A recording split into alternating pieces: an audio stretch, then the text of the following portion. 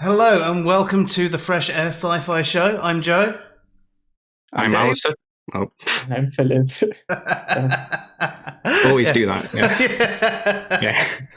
Yeah. So if you didn't get that, it's Joe, Dave, Philip, Alistair. We're all just excited to be here, so We are Yeah. indeed. Yeah. I actually got to have like a half decent mix tonight as well, so that was fun. Almost didn't want to stop. But here we are. So, Alistair, we haven't had you on in a little while. How you doing? Doing well. It's just been at university for the past month or so, so I've had my time taken up quite a bit. So it's been fun though. Ah, awesome. How's everything going at uni? It's fun. I mean, I'm a bit introverted, so I'm not the most outgoing person, but it's been really exciting so far. Just learning all the stuff. So Awesome. I'm guessing you avoided Freshers Week. kind of. Well, yeah, basically. And Philip, how are you doing tonight? I'm very well. And I just wanted to shout out my friend Mattia. He's in the chat. So, yeah. Hello, Mattia, and to Trainwreck who have joined us in the chat. I hope you enjoyed the mix, and I hope you're going to enjoy the conversation tonight. So, speaking of which, I mean, I should ask Dave how he is, but he's just Dave. I'm always the same. I'm old and he's tired. the constant. He's the constant. You ever wanted a mathematical constant? It's Dave. Dave can be also a mood of some sort, I feel like. How are you doing today? I'm Dave. I'm Dave. Yes. That's So yeah, I mean, tonight we've obviously come together to discuss the recent Facebook announcement of the rebranding, which is an interesting one. It's gone for something relatively simple, which is Meta,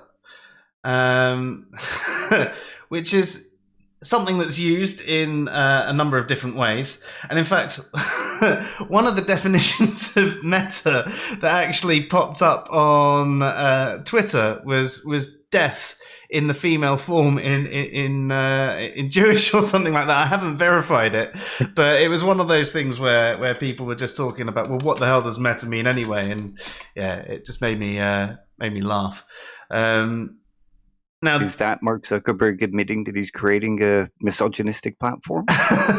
well, yeah, if you consider that, Meta is something that's generally considered self-referential, then yes, I think you could say that, yeah.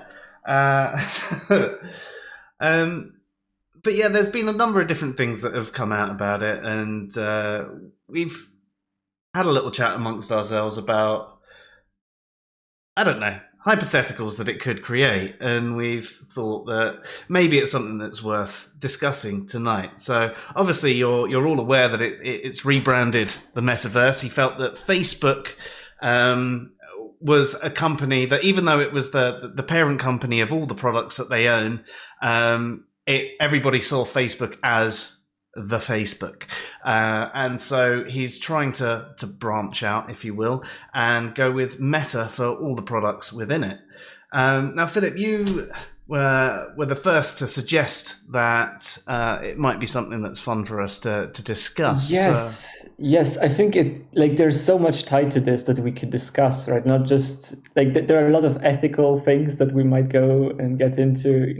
There are a lot of sort of weird feelings around, this whole idea of a metaverse and sort of virtual reality and all of that. There's sort of, this is just, on the surface what people sort of perceive. They sort of have this unease when thinking about this and seeing certain imagery and stuff like that. But then there's also there's a lot of philosophy that can be tied into this, right? There's sort of solipsism discussions, sort of experience machine thought experiments, and sort of, are we in a simulation type questions. So I thought that this was sort of a very wide topic that we could sort of discuss in these different branches. And I've seen a lot of reactions from the philosophical community on Twitter as well. So like sort of that inspired this entire sort of discussion, I guess. And have any of you guys seen the video that went round about the metaverse? Or like the short advert, basically. Yeah. I briefly saw that. I watched the entire presentation actually, but this is sort of like one of my interests. This is on the side. I actually I'm interested in this whole sort of technology stuff, and more broadly speaking, and I've always been interested in this type of area, and so like I follow these types of events, and so I saw the thing, and then I saw the reaction the day after, and I thought that this might be an interesting sort of thing to discuss. Oh, most definitely. So I probably should have paid attention, seeing as I'm doing a computer degree now, but I just didn't. Did you see the little short that went round, Dave? I saw a few clips from it, like him stood with a mountainside behind him and sat in a living room or something. That's about my thing of it. So, Alistair, do you want to give us a quick rundown of what was in that? Sure. So, well, just the idea of the metaverse in general, I guess, is it's mainly trying to integrate like VR and like virtual stuff into like a global space. So, and Facebook owns a bunch of stuff anyway, so they've got like a whole ecosystem that they could like seal off for themselves. So I guess it's just about them like integrating VR and like augmented reality into like one whole system. And I mean, just looking on like YouTube and all that, like all the ads have got like, you know, so many dislikes because people have like a really bad reaction to it. I mean, I'm not that keen on the idea myself, but I mean, it's interesting. Yeah. Sorry. There's a lot of science fiction done in this sort of space, I think, and a lot of sort of warnings from cinema. So I think that's why a lot of people react the way they do. Yeah, there's a lot of worst case scenarios, but when I first saw the video, it sort of put me in the mind of like a really basic version of the VR world that they had in Ready Player One, because you had Zuckerberg there choosing his outfit before he went to meet his friends with his character and everything like that, and it was just like you can see how it could end up as something like that.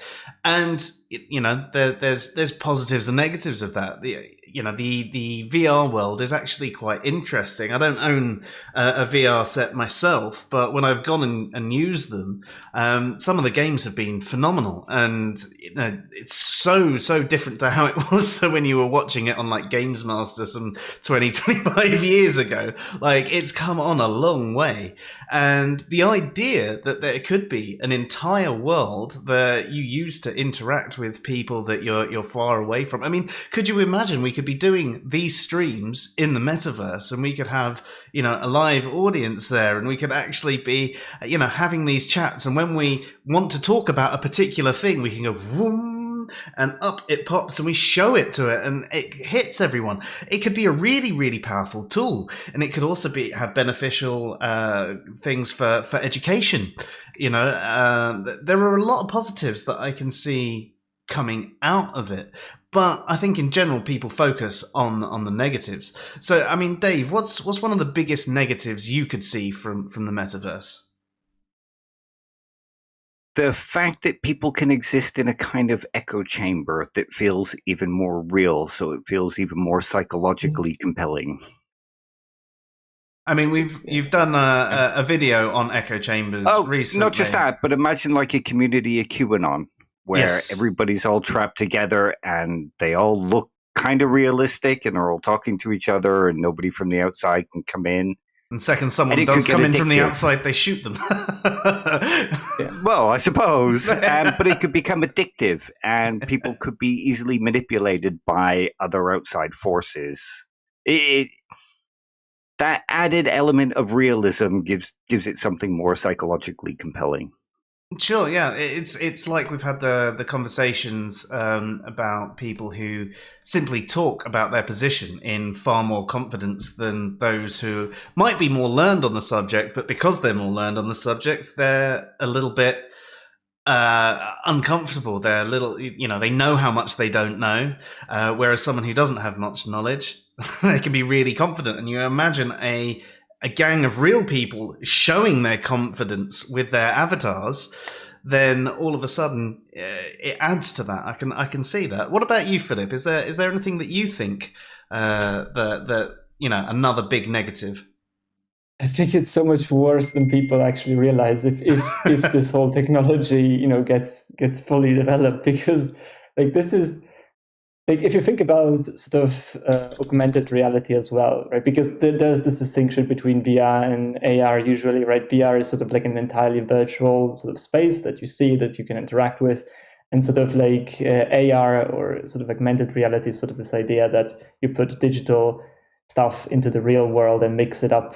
And sort of the whole metaverse concept lives both in VR and in AR technically, and they showed demos of both essentially. But like, if you think about AR specifically, and if this technology gets realized well enough, right, you are basically in a situation where if this gets well adopted, then companies have control over literally, what people perceive as being true. So it's not just about, I can seal off this community and create this little virtual sort of space only for me and my friends, right? It's also about what you see around you, right? You could literally have a completely different picture to what it actually is out there and how it looks like, that is tailor-made for you and your views.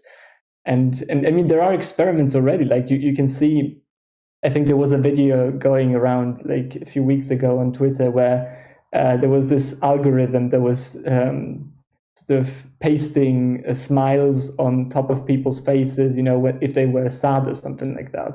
And there was something like extremely unsettling about that, where there were people passing by, they were sort of having neutral expressions or sort of grumpy expressions, and all of a sudden you can see them snap into this big smile and stuff like that. And if you think about that and combine that, right, you could see people smiling all around you, like a happy world. But in reality, this is just a completely unrealistic and not real picture of what actually is going on. So I think like the whole idea of echo chambers, as Dave pointed out, is extremely, extremely dangerous. And there is also something that is just completely, that makes everyone uneasy, I think, when they think about VR. Like a lot of these technologies that it's aim at making VR more real and even more immersive, right? They involve literally blocking off your body to some extent, right? Like there are, for example, devices now where you can sort of constrain your movements to some extent in order to be able to simulate, for example, walls and stuff like that, right? So that you actually can feel objects that do not exist. But like, I think it doesn't take much imagination to think about how all of this could go like painfully wrong, and how you could end up, being constrained and completely unable to move and stuff like that, with, when in fact it doesn't reflect, what you're actually aiming at, and it's like there's a lot of stuff that is very, very dangerous here, I feel, but also like a lot of potential. Do you think? Yeah, go ahead. Do you think like privacy is going to be a big concern? Like, yeah, if you're like hooked up to this Facebook like ecosystem where they know what groups you're going to be in, so they could just like know all your political views, like all the stuff and that comes into like advertising and like stuff. I mean, we kind of give away our privacy anyway, but it might come worse. Like if this happens. Well, you consider a company like Facebook that runs off of advertising and, basically absorbing all of your data and selling it on. If they've got you in an entire world, it's not like some random startup that, Philip's been working on where he's gone in with the best intentions. It's a company that already sells your data to the highest bidder. And I mean, so the privacy one is definitely a big concern.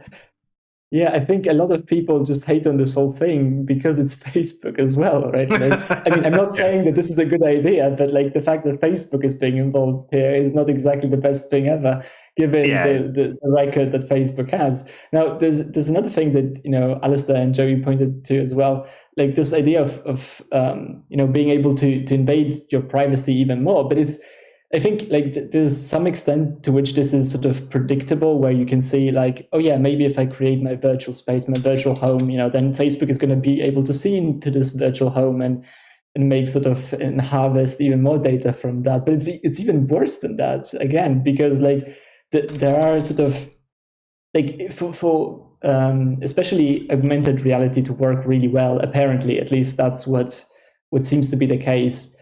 For example, you have to have certain technologies that enable you to place virtual objects in a persistent space, right? So, for example, if I'm in my home and I place sort of a virtual apple, whatever, on my table, I should be able to see that apple when I get back to the table, right? So, like, it's very important to have this persistency in with sort of real objects and virtual objects on top of that. But what this means is that Facebook, and this is not even hidden, right? Like this is plainly stated, has to map your environment, right? Like your entire home. It has to create basically a map of sort of like Google Maps, but on a much sort of more detailed scale in your own home as well.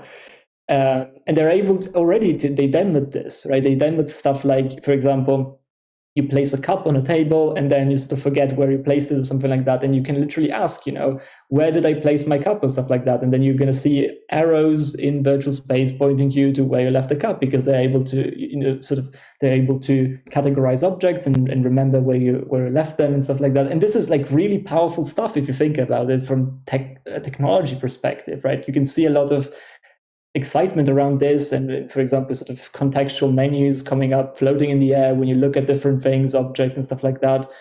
But this is also like extremely scary given what it is sort of based on. You're saying they'll know your house better than you do. Yeah, exactly. Yeah. They literally know your house better than you do. So yeah, and Facebook has talked about privacy and stuff like that, but it's a bit like talking to the wind when it comes. Like I just don't believe them. I'm sorry to say this, right? But I don't feel confident in their pursuits and stuff like that. So yeah. I mean, that's one thing to think about as well, is that the technology itself has a lot of great uses, but this distinguishing between the technology and how it can help, and Facebook actually owning it and running it, is where the actual problem comes in. I mean, I think I mentioned it earlier, but like with Ready Player One, it's exactly like how I see if Facebook owns the metaverse, it ends up being this sort of story. As we mentioned, there are benefits to things like education. There's lots in there in the technology. Steen just brought up another one saying, what about the benefits to people with impairments? Oh yeah, and most definitely like that. Oh yeah. We don't disagree with that. I think we all think that there is a lot of positives that could come out of this technology, and I really do. And I also really hope that that's actually the way it would go. But the problem is it's a company like Facebook who is heading down this path, and they have a habit of winning things, and that's the problem. They're gonna beat everyone to the punch, and because they're the first one, they're gonna have the most users, and even small startups that try and get on and do their own version of the metaverse, they're just not going to be able to stand up to a company like Facebook. So everybody's going to be in this ecosystem that is basically an advanced way to get your data to sell on to people, to sell you products. Yeah, but on that topic, by the way, Mattia, who is in the chat, he did an entire sort of project, like his final project for, like he's a friend of mine that went to uni with me.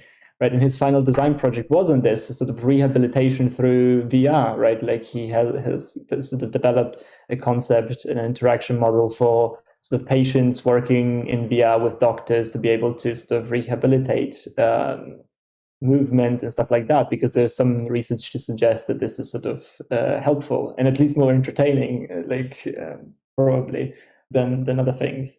So like there's a lot of potential here, definitely. Like I like if I look at the technology, I must admit I'm excited, but also like I can't help when I see certain things that be like really like sort of the alarm bells are all over the place and red flags as well. So yeah, it's a complicated thing to navigate, I think.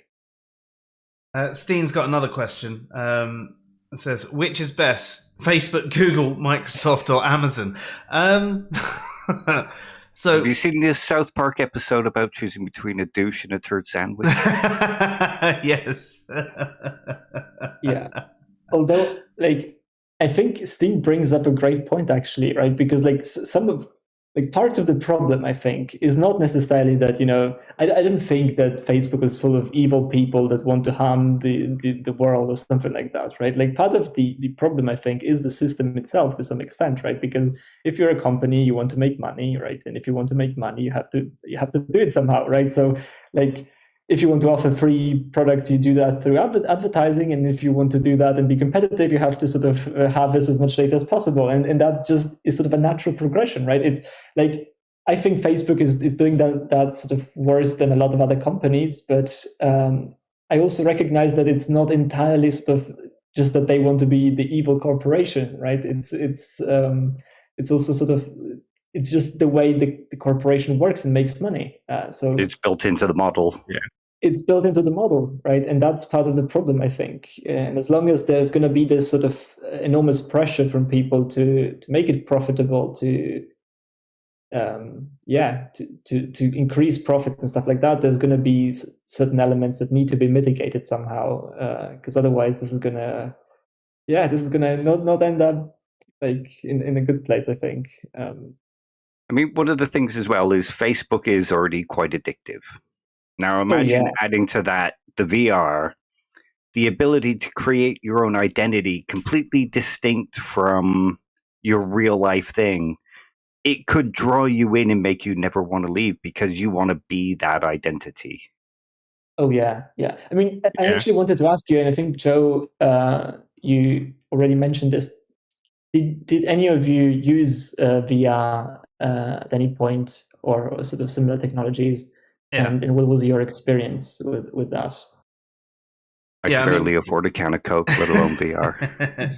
I used it at there's a VR center in Bournemouth, and I think it was a summer or two ago I went, and I tried a couple of little games, and then I came on to Superhot, and it was an absolutely fantastic game. Now, I don't know if you know about Superhot, but essentially it's a game where you move, time moves. So if you're still, time doesn't move, or if you only move a little bit. And it's basically a kind of like a puzzle game, but every situation's sort of like an action sequence. So you can slowly look around the scene and everything's like really slow, and you go, right, I need to go over here, pick up the ashtray and then throw it at that person. Whilst they're knocked back, I pick up their gun and I'll shoot that person. I came out of there after that hour completely drenched in sweat. Like, honestly, it was like I'd done a couple of hours of working out. It was absolutely insane, and it was so good. And for days, all I thought about was, I really want to do that again. I really want to do that again. Yeah, that was so awesome. So yeah. And a couple of years on, I still haven't been able to actually afford buying a VR set myself. Yeah, they used to be very expensive. Now, like the prices have come down quite a bit, especially from Oculus and Facebook headsets, right? Like, because they're saying this plainly, right? They are subsidizing they're selling them at a loss to make them more appealing to people. But yeah, I mean, I don't know. What about you, Alistair? Did you ever experience? I have not experienced VR at all, so I have like no experience with like whether it's like a fun experience or not. So yeah. Have you ever been in one of those rides at a theme park where you've basically got a screen in front of you and all it does is go like that a little bit? I mean, and it's amazing the sensation that you can get just from watching a screen going through hyperspace, and you feel like you're like, oh, VR simulates that sort of thing as well. You can be standing completely still and going on a roller coaster, and as you go down like that, your mind makes you go. It really gives you a similar experience. It's crazy. Yeah, it's very hard to describe. Like it's very, like the first time you step into VR, it's a very interesting experience because it's something very unique and very, I think, to some extent eye-opening as well. Though, like it's hard to convey through video or any other medium because you have to sort of experience it for yourself. But like I would encourage anyone to give it a shot, especially with these new sort of headsets, because VR used to be very sort of to some extent very bad a couple of years ago, right? You had to sit still and chair, and you could only move sort of you could only move your head, and essentially that was the only thing that was tracked. But now you can move around in your room and literally move in virtual space as well, and your hands are tracked and stuff like that. It's very very immersive and very impressive. And I had the chance to demo sort of VR to a lot of friends and family members, and like they all end up like really impressed, and sort of some of them even sort of scared to some extent. Like there's a demo where you're sort of floating in space with the space station and stuff like that, and the legitimate people who cannot look down because they're scared of seeing the sort of the Earth floating there. They're just freely moving in space. It's a very interesting experience for sure. Kimmer actually says, yeah, it's kind of like the centrifugal bumble puppy or the orgy porgy and feelies Mr. Huxley was talking about. You remember that one, don't you, Dave? From Brave New World. Yeah. At least I think it was. it rings a bell. It's been a while since I've read the book. But yeah. So, I mean, Steen's saying in the chat that he thinks the price shop is one of the reasons for the timing of Meta, and I think that's right. I mean, they're not a dumb company. They're very much tuned into the markets and what they're doing. So I think you're probably right. It's all been planned to that way, and I know they've come out with headsets that are decent enough to be able to run without having to be connected to your computer. They've got their own graphics card. Yeah. Now, I'm not entirely certain that I'd go for one like that. I think I'd still quite like to have one that's connected to the computer, but I haven't been able to get a graphics card for forever because of the whole GPU issue, and even then I don't think I'd be able to afford a headset or the graphics card. So yeah, I mean, maybe that's another reason as well. Maybe that it's Facebook buying all the graphics cards, so people have to buy their standalone headsets. They've planned it all. Where's my tinfoil hat? It's appropriate, yeah. But to answer your previous question, Steen, I don't think there is necessarily a best one if you're out of Facebook, Google, Microsoft, and Amazon. I mean, I'd probably lean towards Google or Microsoft, but there really isn't that much in it. So I don't know. I mean, unless you're saying which is the best at stealing your data or which is the best at being evil to their employees, I think Amazon. Amazon, yeah. So I mean, yeah. What scale do you want us to judge him on, Steen? But yeah, to be fair, he'd vote for Microsoft himself. He's just saying in the chat, and yeah, as I said, I'd probably go between either Google or Microsoft, but I'm not entirely sure which myself. So, the other issue is obviously people can be, as you mentioned briefly, is the addiction to it, the addictiveness, and end up missing meals and so on and so forth, doing themselves damage. Now, And you mentioned people wanting to live their life in there. Now, I don't know if any of you have played an MMORPG. Have you? I briefly played EverQuest 2, I think it was called, like I 10 played the years first ago one. or something. Yeah. Yeah, I love the I EverQuest series. briefly played some, but I never really got into them, must admit. Yeah, same. Yeah. So I tried a few over the years. My favorite one was the first one I played, but it was so much more immersive than the rest because it was EverQuest, and basically everything you did, you had a skill in, whether it was like swimming or fishing or anything like that. So if you wanted to cast a spell, you had to practice lower level conjuring spells to be able to do higher level conjuring spells, otherwise the spell would fizzle. When I played games later on, they didn't have that. It was, you're this level, you buy this spell, you cast it fine, as long as you don't get hit within 3 seconds of starting casting. And I found that wasn't as realistic for me. It wasn't what had the pull. But there were people who were so wrapped up in this game, and I mean, more than me. There was a time I sat awake for 40 hours waiting for a particular monster to spawn so I could kill it and steal a book. Yeah, insane.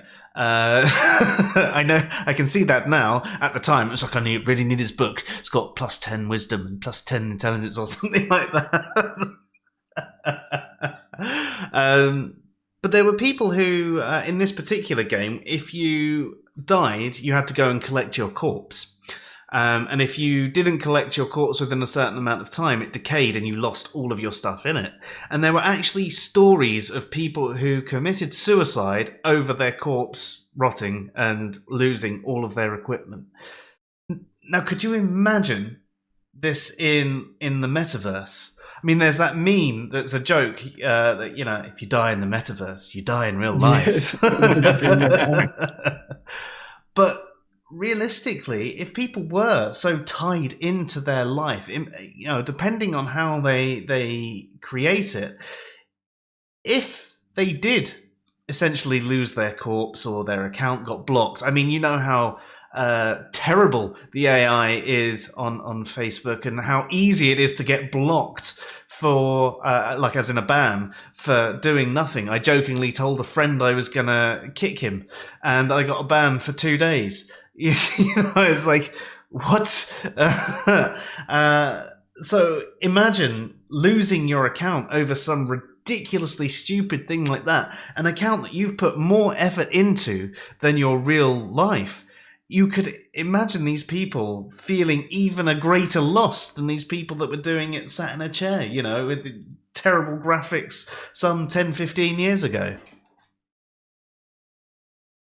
think this links into, I think we're going to talk about the experience machine, right? We are, I know a lot of people have the intuition that because it's not like reality, like it's a waste of time and you're not doing anything worthwhile. So I don't know. A lot of people seem to think that, and it's very interesting to explore like the consequences of that. Because if like the metaverse actually becomes like real in a way, like everyone would be like plugged in. That is a very interesting topic that I wanted to explore, as well as I think sort of philosophy, if we want to call it that, of addiction itself. As well would be an interesting sort of topic. Why is addiction considered a bad thing, for example? And what makes something addictive in a sense that it would be considered a bad thing. I think that these sorts of things are sort of getting at the same thing at the end of the day. So I think we can talk about either, and then I think the discussion will naturally progress. I think you're right, Alistair, in the sense that it does tie into the experience machine. Because if we can see, even in non-VR games, that there are people who will kill themselves over a game or get violent over a game or anything like that, you can see how a fake reality can be more real to certain people. So would you like to explain the experience machine? Sure. So I think like before discussing the actual machine itself, I think it's good to like discuss like why it's like important. So there's this view in philosophy called like hedonism, which is essentially what's good for you and what consists of your well-being is entirely due to what you experience. So, like a classical hedonist would say, okay, what's good for you is that you experience pleasure, and what's bad for you is that you experience pain, and like the absence of pain can be good, and like the experience of pleasure is like good. And there's still like a bunch of controversy whether like pleasure is synonymous with happiness, or like whether pleasure just means fulfilling your desires, or so it's a very, very complicated area. But essentially what the experience machine is that this machine you can plug into, it'll put you into like a state of perpetual bliss where you have essentially all positive experiences, like constant pleasure. Like you don't know while you're in the machine that you decided to plug in. So you would be experiencing life as you are now, but it's like just constant experience of happiness and pleasure. And Nozick says that, okay, given the choice, would you plug into the machine? Keep in mind that if you plug in, you wouldn't remember that you actually chose to plug in as well. And Nozick thinks that, okay, the fact that we wouldn't choose to plug in is evidence there's something, it's something that we value over and above just the actual experience itself. So there's something more to like what's good for you or what's the best for you apart from like the experience of your mental state. So that's what Nozick thinks the experience machine shows. And a lot of people share that intuition with him. And well, kind of controversial, but I don't. Like, I would plug into the machine, and I think there's a lot of good reasons why you could explain away the intuition, or there's a lot of good evidence or ways you can like error theorize the intuition, like why people have the intuition, but you can explain it away without conceding that there's actually something more valuable over and above experience, essentially.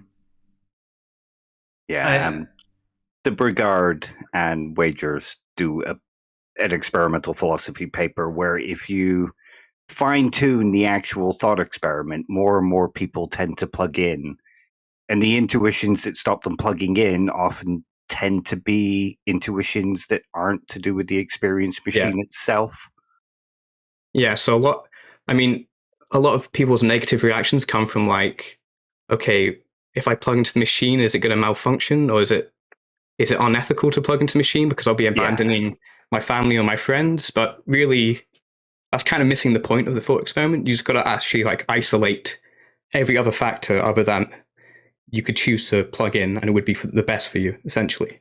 And I think a good way to show this is like if you imagine, like, think back to a time in your life where you could say you were like the happiest that you've been, like you have experiencing the most pleasure you had. Like if someone came up to you in that moment and said, well, this is actually just an illusion, this reality, you're in the experience machine. So you can unplug here right now if you choose to. And I think a lot of people have the exact opposite intuition of the experience machine where they should plug in. So it kind of seems like an inconsistency between the two judgments. Think about it in terms of when you're having a really good dream. How many times have you been having the best dream ever, the best experience of your life, and when you wake up, you try and get back into that dream, don't you? You're like, no, I want to be back in that. Let me sleep. I want to get, you try and will yourself back into that dream. So you know that actually the dream is a dream, yet you prefer it over your waking life. I think, where have you gone, Alistair? Alistair. Computer said no to Alistair. Yeah. No, that was a shame. No, he's back. There we go. He's back. Uni internet. Welcome back. I'm actually with you, Alistair. I think, especially when I was younger, I definitely would have plugged in. And there's many days that I think I would plug in, but the intuitions that I have now aren't necessarily related to the experience machine. They're about my duties I have to my family. And that's the only thing that stops me from plugging in now. If I had no duties to my family, or they could come with me, then I'd definitely still plug in. But yeah. Yeah, I'd say in terms of like what the thought experiment is designed to show, I think you'd have to like modify it to say, okay, if I chose to plug into the machine, then okay, all my parents and everyone I knew close by to me would also like at the same time be plugged in, because we're trying to isolate, because the point of the thought experiment is trying to isolate the factor of you think there's something over and above your experience which you value. And yeah, so I think that's like strictly, it's kind of irrelevant to the thought experiment, I think, because of what it's designed to show. I think a lot of people's negative reactions are not due to actually, like what the thought experiment consists of. It's more like either irrational biases or like fear over, could the machines malfunction, or like what would happen if like something bad happened? Like, were the machines set up for like a bad purpose, like in the metaverse, if it was? They created these machines. So yeah, at least that's my view on it now. Yeah, one of the ones pointed out is status quo bias, where we just generally prefer things to carry on as they are, and changing that creates a kind of fear, even if it's like an implicit fear. Yeah, but then I also think that there are a lot of things that, for example, like some people, I suppose, would think that maybe sort of bad experiences, like they want to still experience them because it makes for sort of better moments of happiness when they overcome them and growth, and that makes them sort of reach higher levels of happiness than not having these sort of experiences. But I think you could still argue that you should plug into the experience machine even then, because I think I don't know if I know very little about the experience machine. I have to say, but I think at least the way I would tackle this is you would, if those things actually do sort of increase your happiness, then you should want them in the experience machine as well to some extent, right? Like as with your friends and family, right? Someone might say, oh, well, you're just going to experience joy. Well, yes, but if part of me being the happiest possible is to have relationships with these people, then of course it follows that these people should be, or I should still be able to interact with them in the experience machine, right? And if you bring these things over, then there's like very little reason not to do that, I think. One of the things that Nozick... Oops, sorry. Yeah, go ahead. No, go ahead.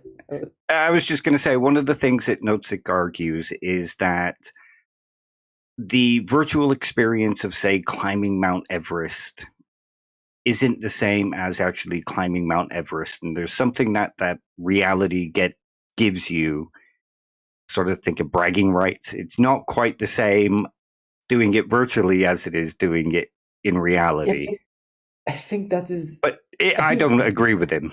Yeah, because if the sense of pleasure is exactly the same... I mean, Nozick says that, it's like, if you're not like with a real contact with reality, there's like something missing. But a hedonist is going to say, no, there's nothing missing. Like your experience with pleasure is what's good for you.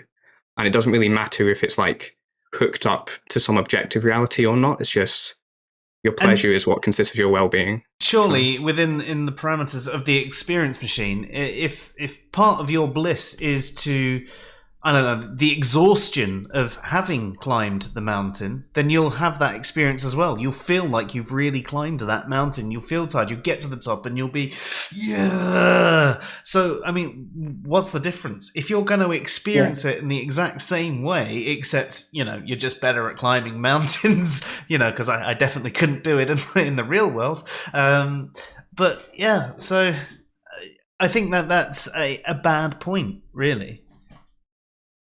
Yeah, like there are a couple of other things I think that sort of are related to this, because I think a lot of people see these pictures of these rooms full of people with VR headsets on, and they just see this as sort of this dystopic picture of the future, right? Like where everyone is just sort of completely living in this virtual world that is actually not real. But I think, like if you actually think about,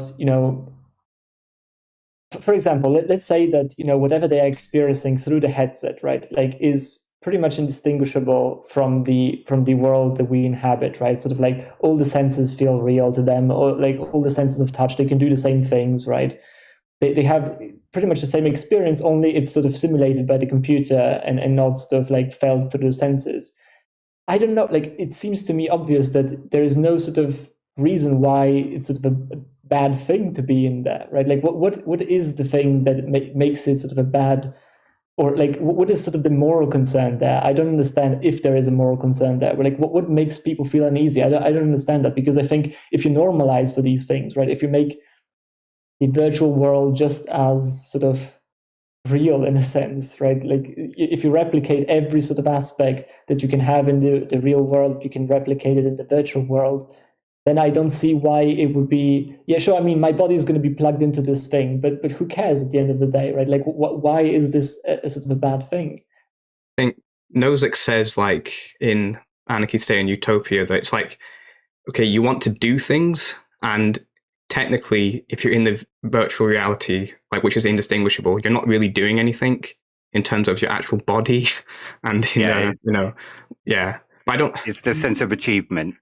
Yeah, but I'm not sure I agree with that like point. Like, it seems like, yeah, me neither. Yeah, like surely, of course, like your actual body is not going to be doing anything, right? But you're still going to have the virtual body. Like the point is, what is the most important thing, right? If everyone is sort of living in this virtual space, right, and everyone sort of, there's this social acceptance of the fact that there is where things happen, right, and you can do pretty much the same things.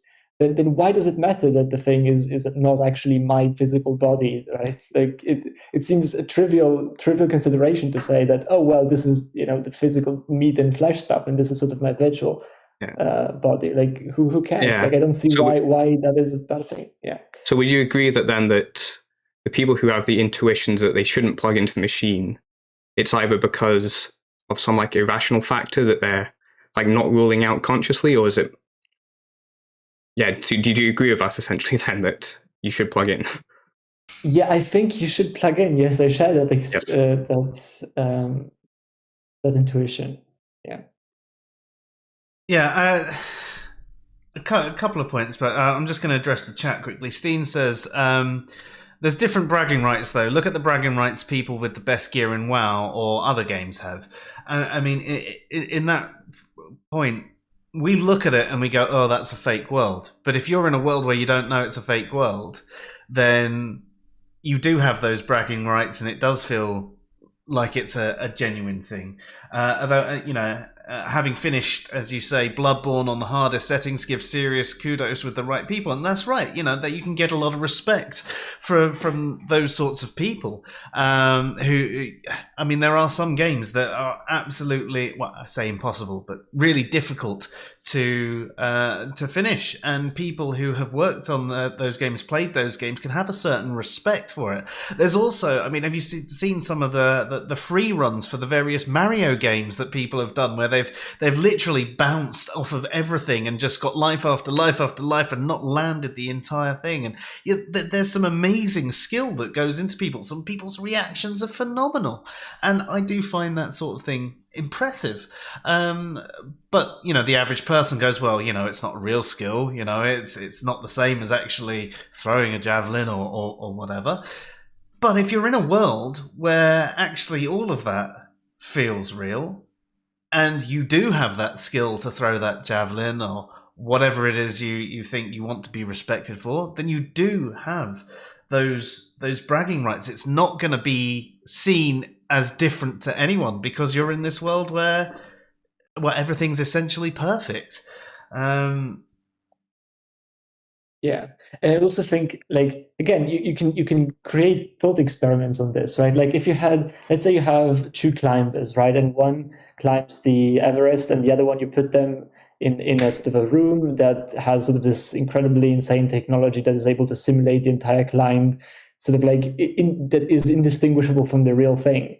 Like my intuition says to me that like I'm as impressed with the person that just did this sort of in the simulated environment as with the person who actually did climb the Everest, right? Like I don't see a difference. Like, okay, the other person was in this black room, right? That and everything he did was simulated. But at the end of the day, if it was as difficult and everything was replicated, then I don't see why I should be more impressed with the person that climbed the actual mountain than the one that climbed the virtual thing or something like that.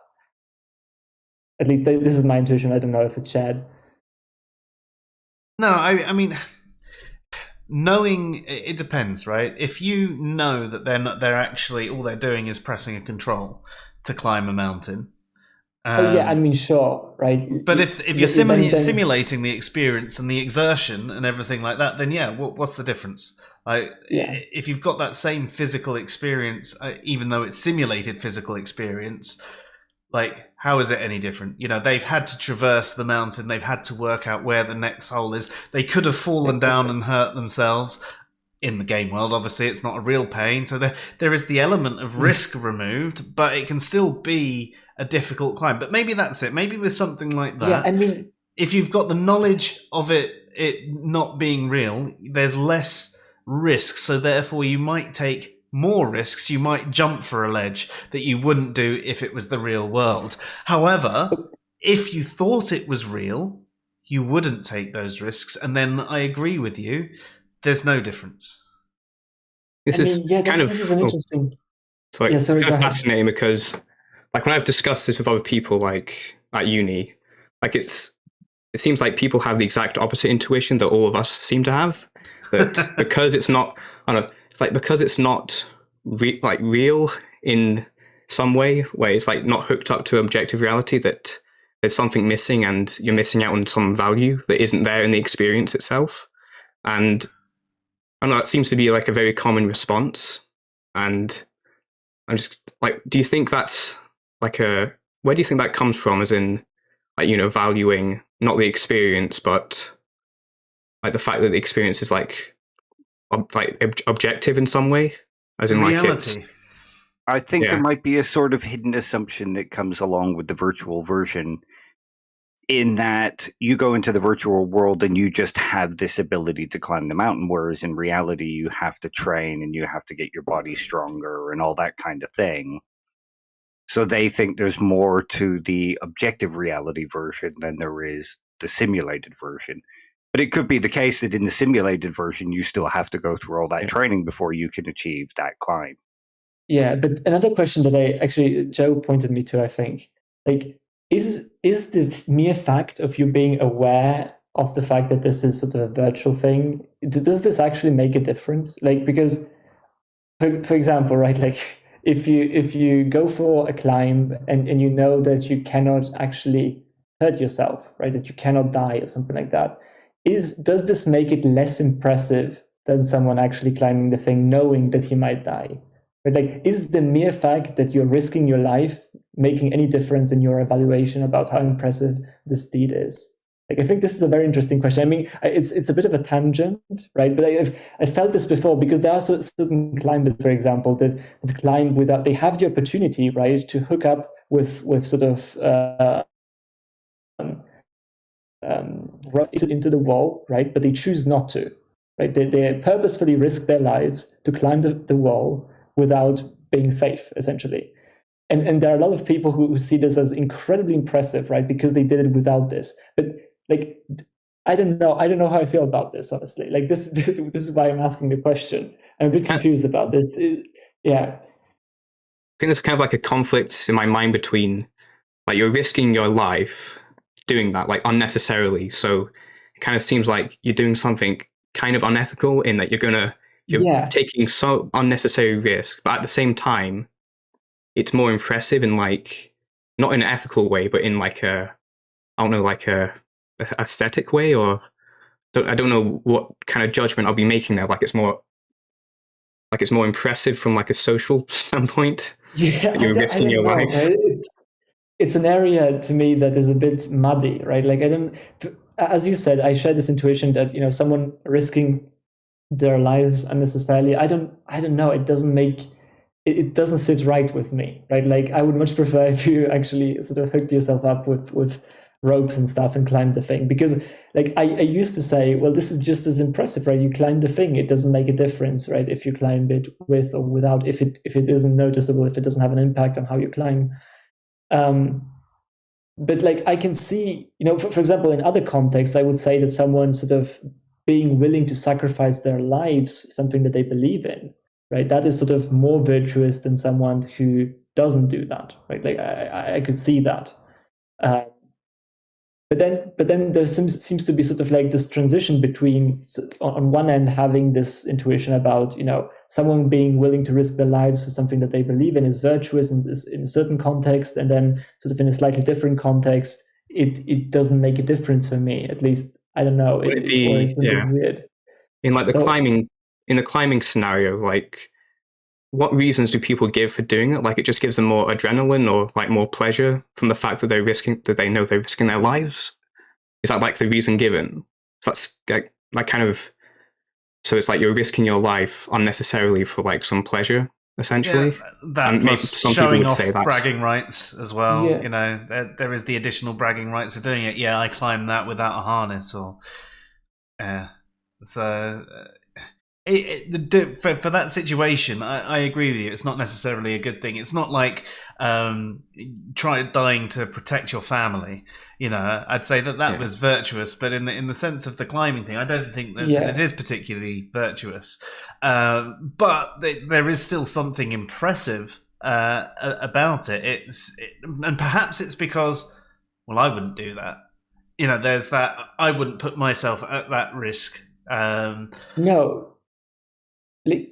I think some people give this almost sort of, I don't know, like they have this view, I think, where they see this, like I think it changes how you perceive the things, even as you climb. If you know that every move that you make could be sort of like the last thing that you do, right? Like I think there is something to that some people value, I guess, right? Like that there is this almost sort of, I don't want to say spiritual, right? But there is this sort of like climb journey in which you are aware of the fact that whatever you do has like this added significance in a way, because it could be like the worst thing that ever happened.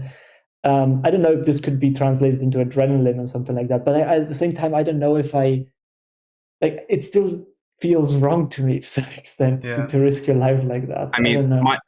At least my intuition is going to be that they do it because ultimately that's going to reduce down to it's like a better experience for them in general, just to like having the knowledge in your mind that you could die if you like take a wrong step.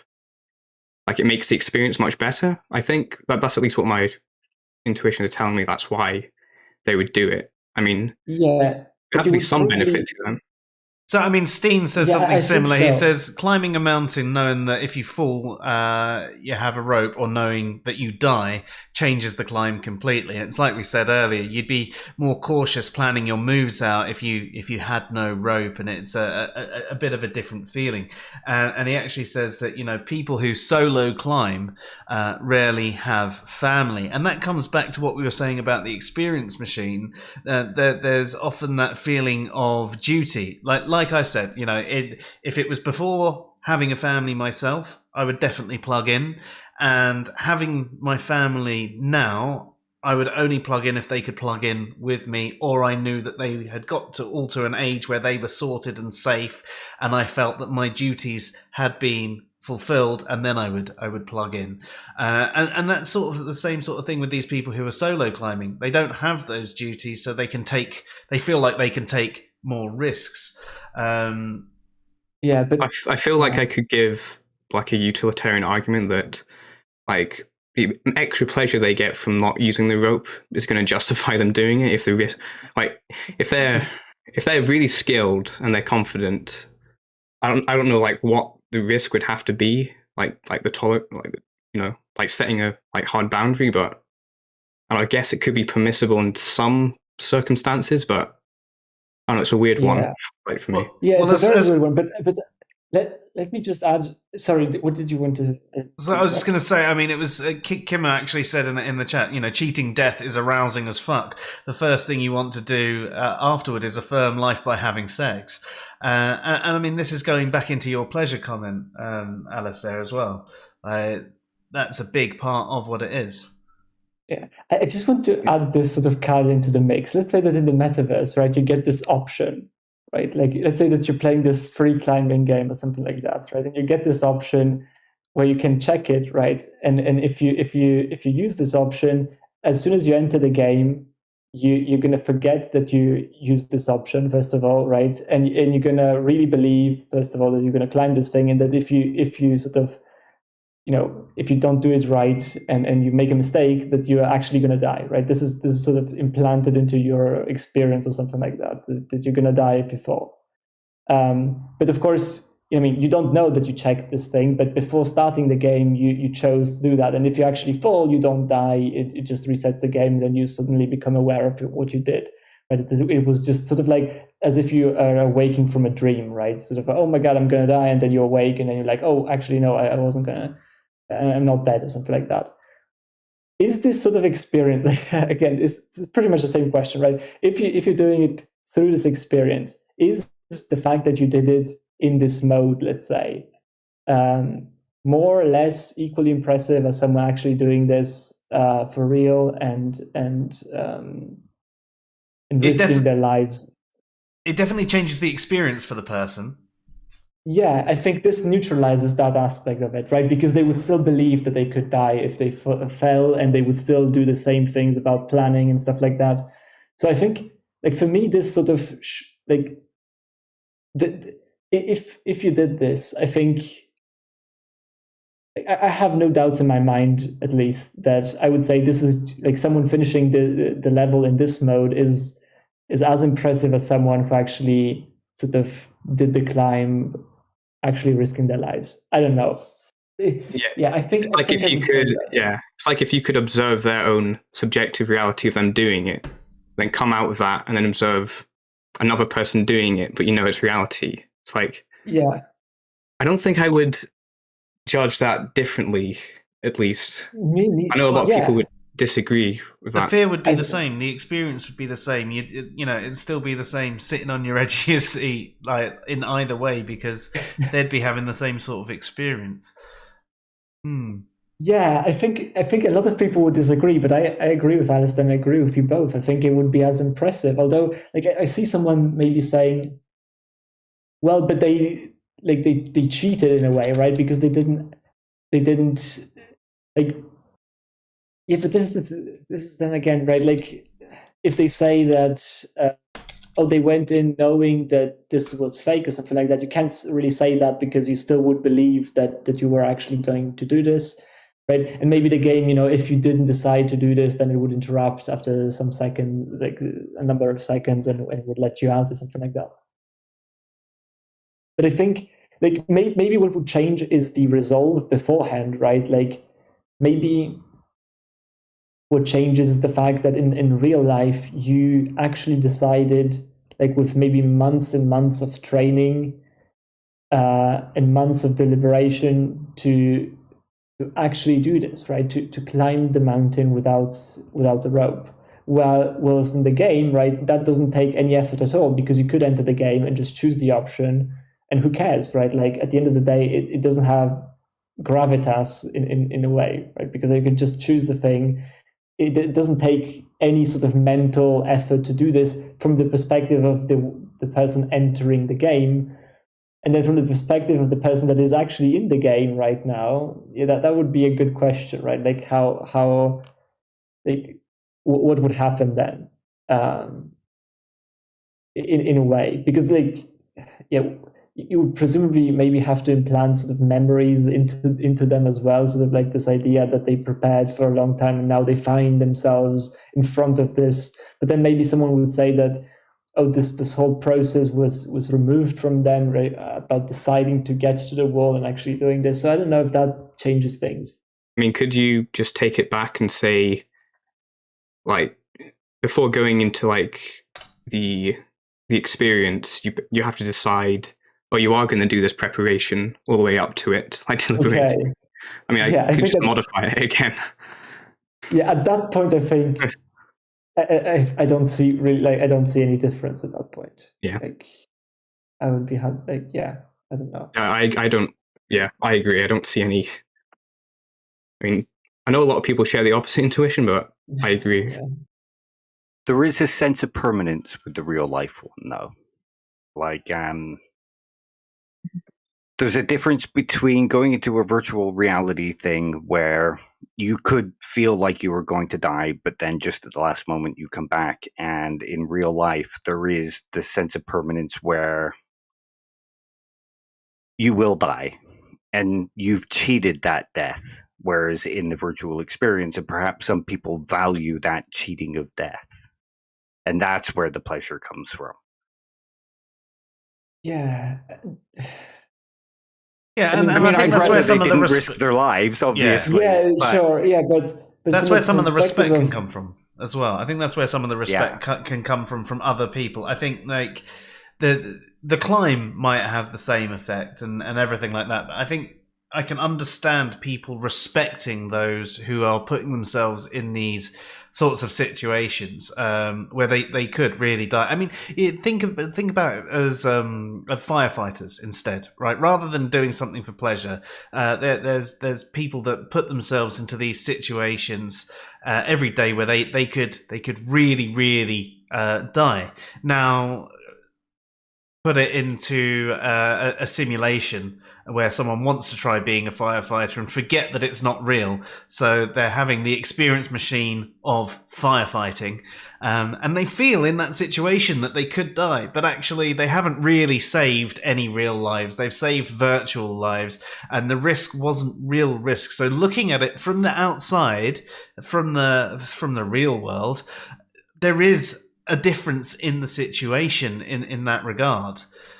Yeah, it's a difference in kind rather than just in degree. Like, I don't know. I mean, for the people actually saving people part, I agree, right? That is actually a difference maker. But like for the rest of it, I'm not exactly sure. Like, because even like what is it about people who face death that you respect, right? Like, presumably you respect the fact that they went in and did this knowing full well that if they missed something, that they would die, right? But that aspect is mirrored, right? Like that aspect is the same for the person just in the virtual world believing that this is the case, right? And if that's what you're respecting, if you're like what you're respecting about the person is the resolve and the psychological state of saying, look, I'm going to climb this wall knowing full well that I could die today or something like that. If that's what makes you say, oh, I respect this person, then that is the same. Because like at the end of the day, if they go into the game and then find themselves in front of the wall, they could still be like, oh God, no, I'm gonna die if I do this. I don't want to do this, and then they would exit the game and stuff like that, right? they wouldn't actually complete the level, right? But if they went into the game and then felt like, oh, okay, this is the scenario that I'm in, right? And I could die, then if that's what you're respecting, I think you should say the same for the person that did this virtually. But maybe, yeah, I don't know. Yeah, I mean, I'm not sure I respect people for like, you know, yeah, me neither, you go intentionally decide to cheat death just for the fun of it. I mean, I guess I respect that, but just isolating it as in like your motivation for doing it is just to cheat death. No, I don't respect that, to be honest. No, me neither. But I think what people tend to respect is sort of the resolve of people facing sort of what is universally considered to be an enormous fear for everyone, right? And actually being as like confident enough to do this. I think that's what sort of people tend to respect. But I would say the same, right? I don't think this is a good thing, and I think Dave said the same thing before, right? I don't want to encourage this sort of thing, and I don't think that's a good idea. I don't think you should risk your life for this. I mean, you could also throw in here something like social values. In that one of the things that many societies kind of value is this idea of the superhuman, the guy who's trained to peak fitness and is really strong, and he's put himself through all these things to be this really strong and really brave person. So there's that people value when they look at that person, and they might not see that same value when they look at somebody plugging into a virtual reality. Funny you say that, Dave. Kimo's just said, is it any different from the soldier who leaps on top of the grenade to prevent harm, death to his compatriots? Well, I mean, it's the... Is there a difference when it's in a virtual world to a real one? Because in the real one, they're obviously saving a real life. Whereas in the virtual one, they're not actually saving a real life. However, Philip said, is it actually what you're respecting? That's the fact that they think they're going to die by doing this thing, that they're putting themselves at risk. Then if that is the thing that you actually respect, and this person fully believes that they are going to die by jumping on a grenade, but they're saving everyone else, then that part of the experience is exactly the same. The only difference is there's no real world net benefit in there's that no regard. permanence. No. Yeah, I think if you further stipulate that the people he's saving are still like experiencing stuff because the other lives in the simulation, right? And they're experiencing like, going to die without that person saving them. Like if you add that to it, I think like the difference doesn't seem like there's no difference at all in my opinion between that and like a real life. That's how well written the virtual lives are, I guess. I mean, I think there would still be a difference. I mean, it depends on what you really think, because like if you're talking about living in simulation and stuff like that, then maybe there's no difference. But like it depends on what version of virtual reality we're talking about here, right? Because like I think there is an obvious difference if you're talking about sort of the virtual reality where you're aware that this is a virtual reality, right, and stuff like that. But if the person actually believes, as you said, Joe, that what he's doing is saving people, then I would say that the act that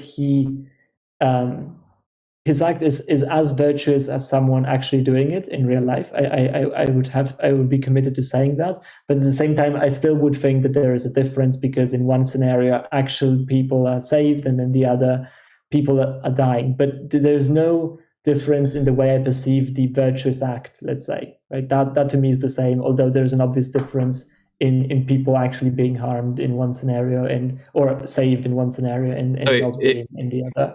If we changed it to, instead of the 5 people dying, the 5 people would just suffer immensely, but they're just simulated. So if the person jumps on the grenade, he stops the experience of 5 other people suffering, but it's still a simulation experience.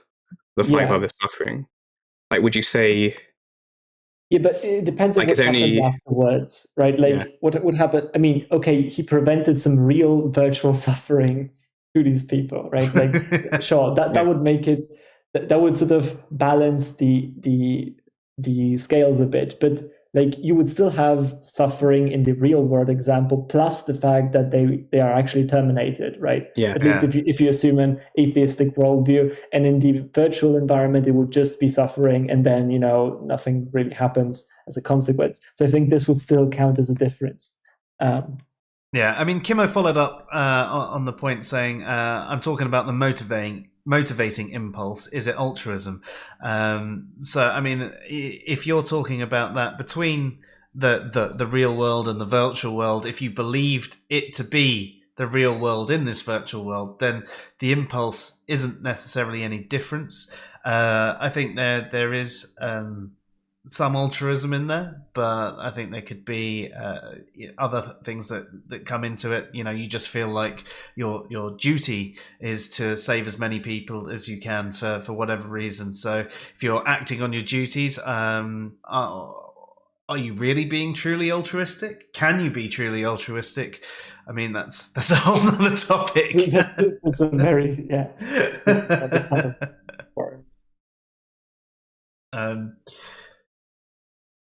But yeah, sorry, just catching up on the chat.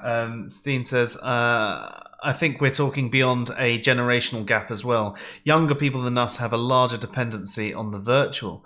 I think that's true. I mean, I can even see how tied into my devices that I've been, and like I said, my experience with MMOs when I was younger, and how I preferred that world, and I was really tied into it, and there were people who did kill themselves when their character died, and how it could go on to be this way, depending on how like the metaverse is created. But if you think about it from the experience machine perspective, I think it's a bit different. I don't think the metaverse is really going to be the experience machine. Do you guys? Oh no, far from it. No, far from it. Yes, I mean that technology. I think like there are obvious limits to what you can do if you don't sort of cheat the brain itself in a way. If you don't go full sort of brain in a vat type scenario, then maybe you could achieve similar things. But otherwise, you will be sort of you will have certain problems with sort of the realism that you can achieve with any sort of virtual environment. It is an experience machine, but a very different kind of experience machine. Not the experience machine. Yeah, but like this is another interesting question, right? Because I think as I alluded before, like let's say that you can just replicate the world as is, right? You can just make it and copy paste it, and you experience it in the same way as you do now. Then I think it's very hard to argue that there's something wrong about being in this or living in this world instead of in the real quote unquote world, right? Because like a lot of people just say, oh, but that's not the real world, right? And then it's bad because it's not the real world and stuff like that. But I don't think that's entirely like that fully explains why they have an issue with it if that's the only thing that is supposed to make the difference, right? Because again, like the full experiments of replicating the same thing over, right? Like what is bad about it? I personally have a hard time figuring out exactly what would be the problem. But there's another thing, right? There's another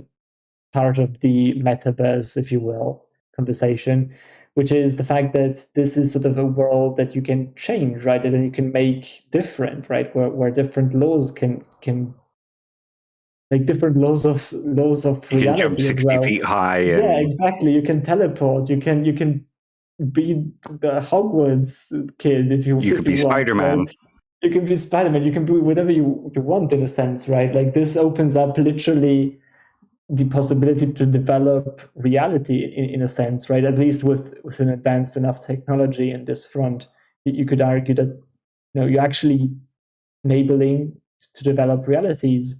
And that's a whole other kind of worms, right? That's a different and interesting topic, I think, on whether or not, like from an ethics perspective as well, and maybe sort of consequences perspective in general, like what could develop from this, right? This sort of idea that you can create or shape reality the way you would want it to be, in a sense.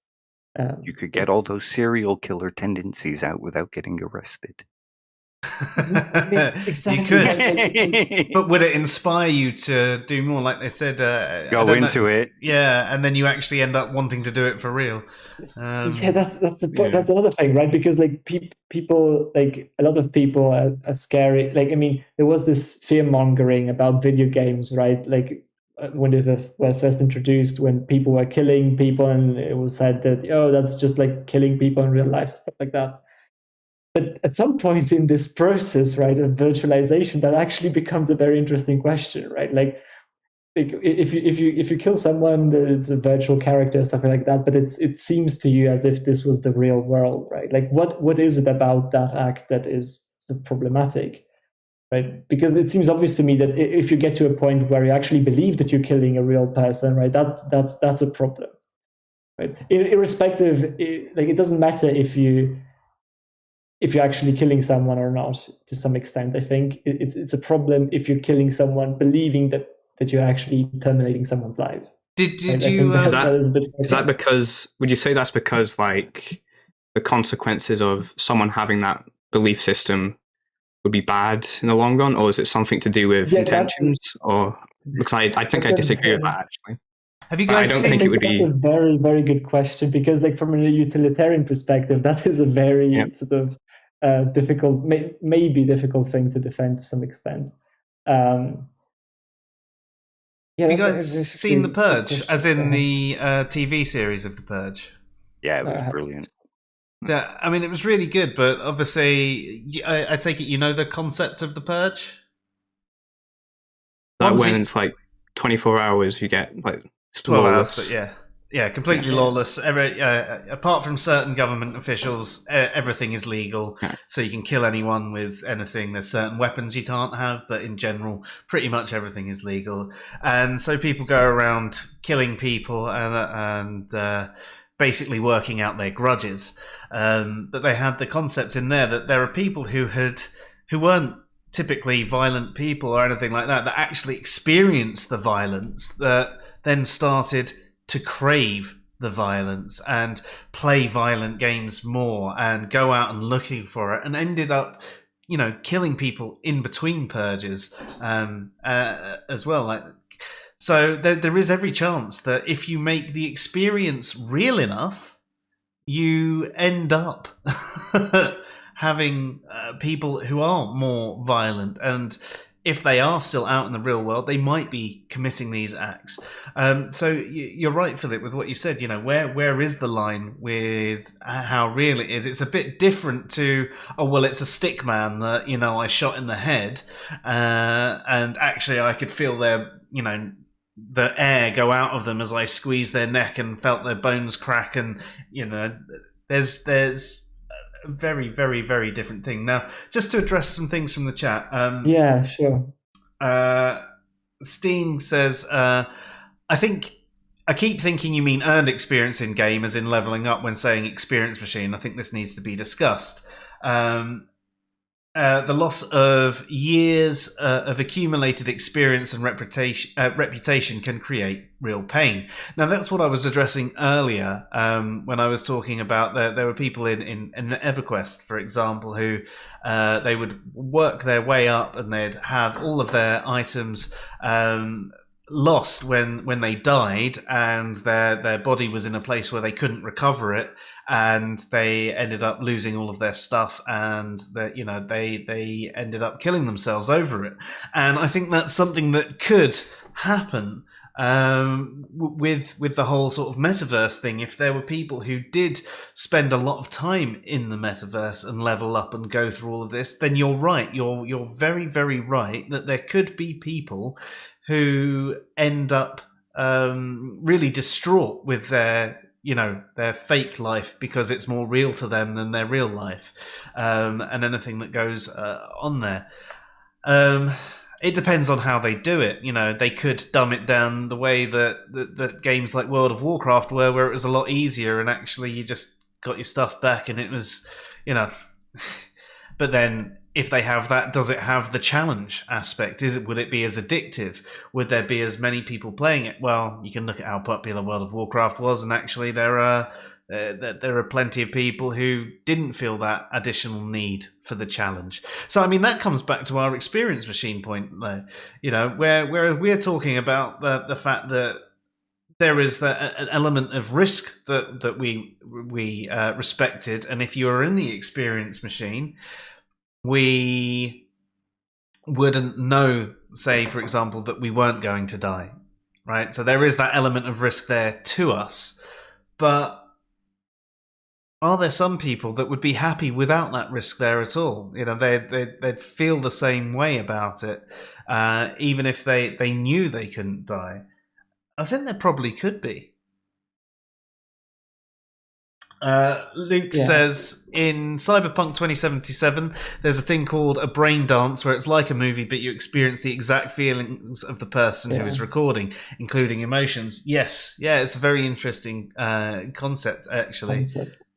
Yeah, that would be really fun. I think that it's a different experience machine again, but you actually get to fully engage with someone's mind, I guess, through the brain dance, and pull out that entire experience. So, I mean, that'd be cool. I'd like to try something like that. What about you guys? That would be certainly interesting. I think there's like a lot of things about the identity as well that would be interesting. How would you feel that it's still you that experienced it if you actually replicate everything that was going on in someone else's mind or something like that? I think that's like how is that supposed to, like, I have a hard time picturing that, because like for you to carry your sense of identity into this experience, I think you'd have to. I don't know. Like this gets into the entire different branch. I think about what the identity is and stuff like that. I don't know. I think it would be weird. It seems like you'd have to have some psychological connection at least, like in your past memories and experience. And I don't know how that gets transferred over to, like, if you're literally taking on all the experiences of someone else, like if it's filmed. Kind of weird. See how that works. It is weird. Yeah, because it's not like as if you were there, right? It's as if you were someone else, right? During that time, and it's like I have a hard time picturing how it could play out as, like, even as a memory in a sense, right? I think like there's still part of you there, though, isn't there? I think there's still part of you there. You're still experiencing their experience through your experience. You know, they're It's like, you know, if you were to put your mind in that of a bat, you'd be having your experience of the bat's experience, not exactly the whole bat's experience. Would you though, like? Well, I think that's how the brain dance worked. Although I may well have misunderstood. No, I think you're right there. I think that is closer to what the video game was getting at least. Bible, answering a comment that I made earlier, I don't think I would be running around slapping people around with a pink dildo like I did in GTA 4 if I thought it was real. The disconnect to reality is the fun part. yeah, I think that you nailed it there. Yeah, that's true. I mean, if you were in back to the experience machine, I think there would be certain limitations that you would put on yourself. Actually, coming back to that, though, do you guys ever successfully play evil characters in games? Fallout 3. You I managed blew up the nuclear bomb. Did you? Wipe out that town. So, I mean, I actually really struggle with this in games. I try to play an evil character sometimes, but I always end up doing what I think the right thing is, because I find that I really engage with the reality that I'm in. I do, and I almost get absorbed into that world, and it's me playing that character rather than the disjoint from there's that character. Whilst I'm playing that character, it's like when I'm reading a book. Whilst I'm reading a book, I get absorbed into that book, and I am that person sort of in that world. And when I'm playing a game, I find, not a platformer like Mario, obviously I don't believe I'm a little plumber doing those things, but when it's a fully immersive game like Fallout or EverQuest or anything like that, I find that I struggle to do the bad things. You know. I share that experience as well. Although, like, I don't have a massive experience in gaming, but like, I guess I don't exactly share that experience, though. Maybe that's just me. If I'm playing The Witcher 3 or GTA 5 or, like, at least an immersive game, like, I don't struggle to do things that I would never do in real life. Like, yeah. Yeah, there's a separation. A separation, yeah. There is a separation, but I don't know. It just feels weird for me to do even things. No, I'm the same. So, yeah. We've got our light side and dark side sorted out for the night. If I had a Star Wars game that was VR, I would play Darth Vader. See, what I would do is play an evil character that was searching for redemption. That tends to be the way that I've played the games. I even in EverQuest, I started an evil character and ended up killing all the bad guys, and like my hometown and everything like that all hated me because I was doing all the good quests. It's just, yeah, I'm defective. What can I say? What does that say about me for playing the evil character? Breeder says that didn't work out well in Westworld, referring to the serial killer tendencies. Have all of you guys seen Westworld? No, I haven't. Yeah. It's absolutely fantastic. I enjoyed the 3 seasons, though they could have left it at the first season, and I'd have probably been happy with it. Um, yeah, really, really, really cool concept, and it brings into the whole AI thing and how real are they? What does it mean to be a person, and those sorts of concepts. And if you're thinking about the experience machine, it's like you brought up, Alistair. The people suffering in it. Could there be people suffering in it? These virtual people. Could they actually die? Do they count as a life? And that's why I made the comment of it depends how well written they are. If they are literally just as basic as a cardboard cutout that's following simple lines of programming, then no. But the more advanced AI gets, the more I can actually see that the lines between saving the real people and the real virtual people start to blend.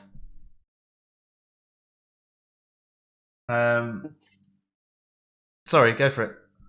No, I just wanted to maybe at some point I would really want to get back to what's the challenge Alice sort of proposed before about sort of this transition from sort of like a video game character on screen and you deciding to kill it or something, right? And then you actually in virtual reality or something like that actually deciding to kill, or like in this sort of simulation environment, kill this person. And of course the difference between sort of killing this person while knowing that this person is not an actual person and killing this person while thinking that it is an actual person. Because like to me, what I said is that if you do this, if you kill this person while thinking that there's an actual person, then that is not okay, right? That is sort of immoral in a sense. That is an immoral act. But then Alistair said that, on what grounds would that be the case? And I think he has a point, especially if you're a consequentialist. Like, because you're not actually killing anyone. It doesn't have any negative consequences. And of course, like the obvious answer for this would be to say, well, but you actually did as if that was the case. And so if you're actually going to encounter a real person, then you would presumably be willing to do the same again or something like that, right? And so maybe from that perspective, you being willing to do psychologically something like that is still evil, because you not being able to distinguish between, you're not taking into consideration that this was a virtual character and actually thinking that it was a real character would mean that you would do this to another person that wasn't a virtual character. And so that is why this is sort of bad. But let's say, like, you can take this experiment further, right? You could say, well, let's just lock this person into a virtual world where everyone is a fake person, right? And he believes that these are all real people and is going around murdering these people. Is he committing evil acts? Is he doing immoral stuff? But he's never going to exit this world. He's just going to live his entire life in this world, going around murdering people, right? But none of these people are actually real. Now, if you're a utilitarian to some extent, I think you're going to be a bit faced with a bit of a challenge here, because he's not actually committing anything. Like, there are no negative consequences to his actions. Yet he would still feel this need to qualify everything that he's doing as evil. I don't really have a big pull in one way to say he's doing something wrong, to be honest. Like, maybe that's because I'm very sympathetic to utilitarianism, and a lot of people aren't. I think if you're going to defend that theory, you've got to bite a lot of bullets, and this is one of them to bite. And I think I'm willing to bite this bullet as well, honestly. I like it enough to bite this bullet, but I definitely can see like the appeal of someone just saying, well, he's still doing evil stuff. But his evil. So what's evil is the intention to do it, apart from any consequences, essentially, and that he knows that he thinks that he's doing something which has negative consequences, even though he's not actually doing something. We've got a good answer in the chat. Bible says, I'd say the act isn't unethical, but the person is. So, okay, I think that's interesting. Quite a decent distinction there. I mean, if Yeah, you think about something like virtue ethics, the intent of your action and the knowledge of the intent of your action contributes towards what makes the act unethical. So if you're thinking that you're going to be killing a real person and enjoying killing that real person, you're not really behaving in a virtuous way.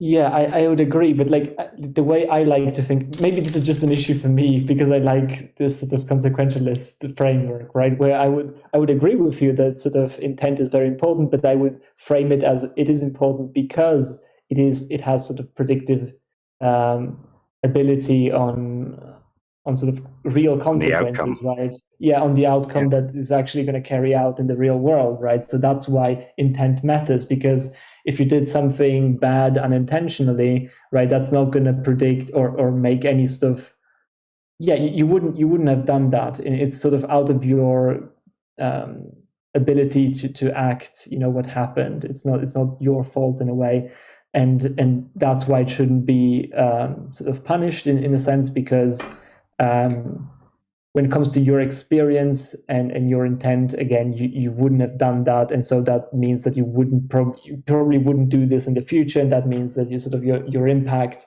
sort of in a consequentialist framework would be still positive, even if you did something out of your control that was bad in a sense, right? But in this other example where you're actually going around killing these people, even though these people are not real, like I think like what in this scenario it is purposefully crafted so that you cannot really say that, oh, his intentions are gonna sort of predict anything, right? Because his life is going to be lived entirely in this virtual space, right? So it's not going to have any real impact regardless, right? So you cannot sort of play this card. At least I would not feel easy playing this card, because it's never going to cash out into actual consequences. It's always going to be in this sort of intention space. But then I cannot sort of think about it in consequentialist terms if this is the case, right? So that's sort of the challenge then, to understand this, like to square these things if someone holds to this intuition and thinks that consequentialism is true. I think a good case can be made, though, that the reason why we do value intentions is because of the predictive value, I think. And I agree. I guess I don't share. I mean, I know to a lot of people it probably does seem wrong, but I just if it's a virtual thing and it's just a guy intending to kill people who are not real, even though he thinks they are real, doesn't seem wrong to me. Maybe I just have a different intuition than most people. But I know, and I get why people would feel that way, but I don't think it's that big of a challenge. In the same way, in the same way that when you say when you think about the climber, right, in the previous example, right, and you say, oh, I still admire him because he faced his fear of dying and climbed the mountain without the rope, right, even if it was virtual, right?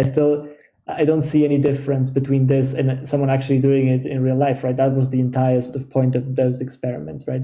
In a similar vein, I see this in this example, right, where I would say if he actually does believe that he's killing people, I find it hard not to have a bit of an issue with that.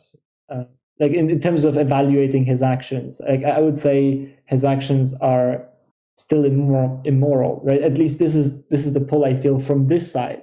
Although I can see, and I can even sort of sympathize with the view that he's actually not doing anything, right? That's true. He's not committing. He doesn't have anything that is happening for real in a sense, right? But there's no actual harm done, but they're still behaving in an immoral way because they believe they are doing these things. There's that disconnect there. Again, they feel that it's real. I mean, sorry, that's sort of a problem still, right? Because if they are immoral because the consequences of their actions have a negative impact, right? Yeah, I mean, if you're taking a purely consequentialist, take on it, then yes, you're right. Under any consequentialist moral theory, then no, they're probably not immoral. But there's a lot of issues with consequentialism in that regard. I don't think I don't even think it's that big of an issue, to be honest. Like, yeah, I think maybe we're so intent is a big ingrained part in of it. thinking. Yeah.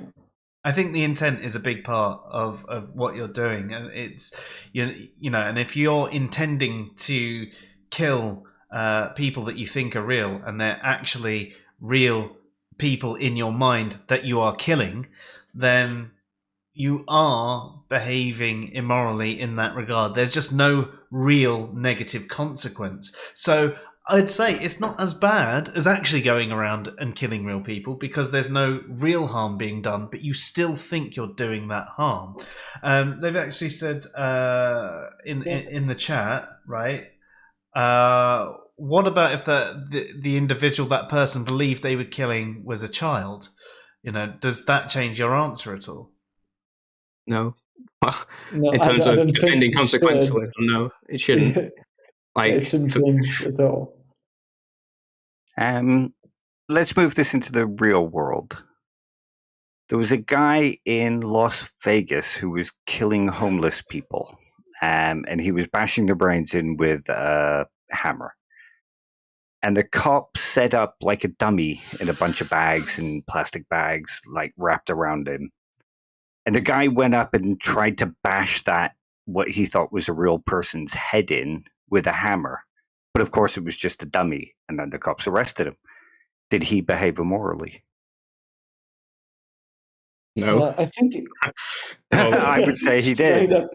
I would say he did as well. But like, I think it's easier in this scenario, because if you think that sort of the whole spiel about intentions, right, can be cashed out in consequentialist terms, then the fact that this played out in the real world can give you and allows you to say, yes, I do think that this was immoral, and I'm still a consequentialist, because I do think that the whole thing about sort of intent can be sort of, again, explained in terms of consequences. But in this other example that is completely virtual, you don't have that available to you. And I'm happy to consider the fact that maybe my intuition is just such, because I do live in this sort of world where these types of actions and these types of intentions do lead to this massive amount of negative consequences and ripple through in the world with huge negative consequences, right? And that's why maybe I have this strong intuition that he behaving this way would be immoral, right? Even though he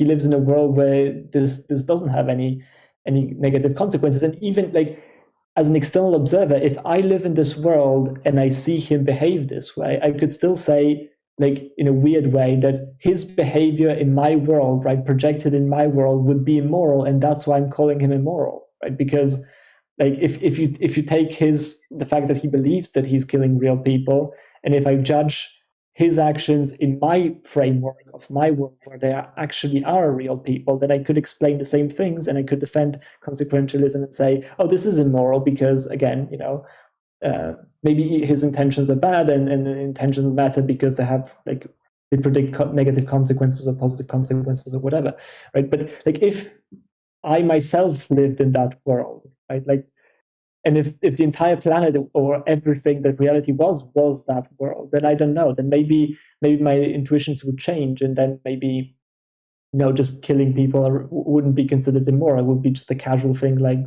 I don't know, drinking water, because at that point, you know, it wouldn't be considered a bad thing because of that. But then again, I said, you know, he believes that they are real people. Then what does that mean, real people? Does he understand what that? There's a whole sort of other thing to explore in here, right? Because like, if he's not aware of this idea of real people, then of course, then maybe I would even say, oh, he's not being immoral, right? Because if he does believe that, you know, what being real means is being sort of like a virtual avatar, like what you would see as a character in a video game, right?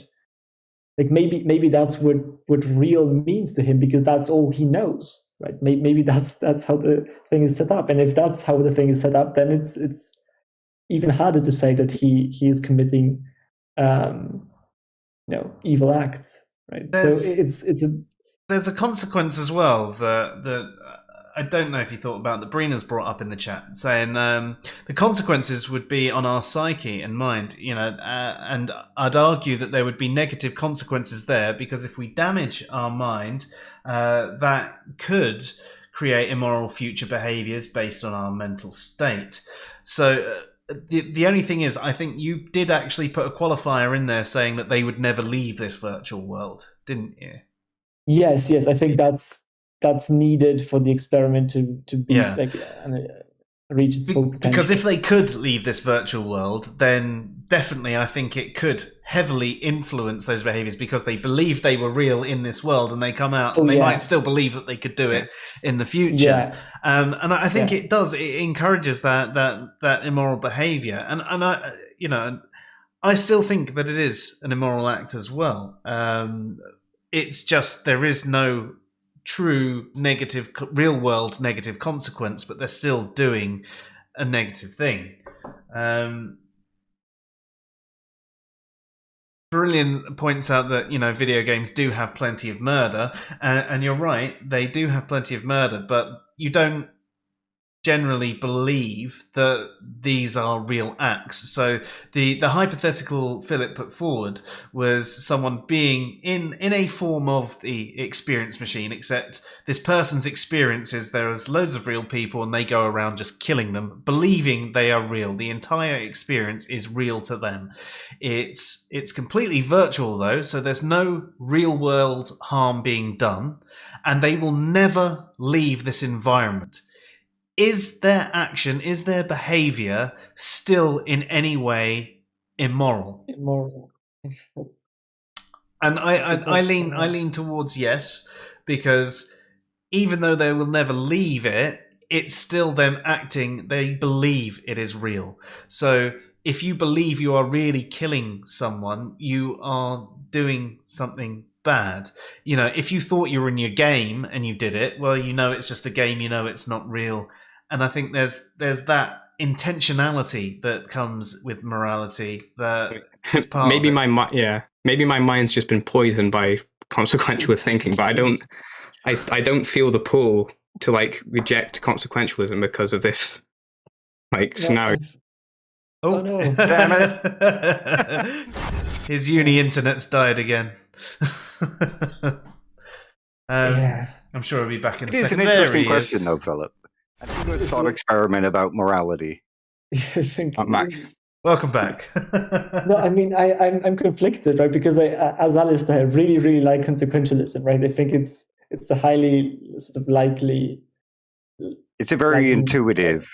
Yeah, I do think that when people I've always found that when people say that something is bad, right, it can be easily explained in consequentialist terms, and that's why I really sort of like the thing. And even when you say, Joe, that it would be bad, right? You say, oh yeah, it would be bad because they think that they are actually killing someone, and actually killing someone would be bad. But as a consequentialist, I would go, yes, right, that would be bad, actually killing someone, but that's because it actually has sort of negative consequences, right? But in this experiment, these do not exist, right? So that's sort of what makes this whole thing a bit weird for me. I do think consequentialism in itself is an all right finger in the air. It's a good way to go. Do I think this is right, wrong, good, bad? Yeah, okay. We seem to be doing the best thing for the majority. Okay, yeah, it seems like it's going to be okay. But I just think it takes away a lot of the thinking around morality that should really be in there. And I think there is more. That's why the reason why I like utilitarianism is because most people are acting immorally under that theory, in today's society. So I think, morality should be very demanding. And I'm impressed with utilitarianism because just from phenomenal introspection, claiming pain is a bad thing, seems to be just self-evident to me. I can't really deny that. And pleasure just seems self-evidently good to me. And that just seems so obvious. I can't deny just that reality. So that's why I think that's why utilitarianism appeals to me, just in terms of the epistemology, where think everyone actually thinks pain's intrinsically bad, and if the people who claim they don't, I think they're just heavily mistaken on what like we mean when we say pain, when we're saying it's like a negative psychological experience where it causes you like, you know, actual distress and stuff like that. So at least that's where I'm at with like ethics right now. You know, I totally agree with this, and I do think that a lot of like utilitarianism can be very sort of easily described, and I think it can be surface level, very sort of obvious to a lot of people. But then, you know, there are a lot of arguments that can poke holes into this. But I think like a lot of these arguments can actually be addressed by utilitarianism, and I think a lot of things that people value in ethics can be sort of cashed out in consequentialist terms as well, right?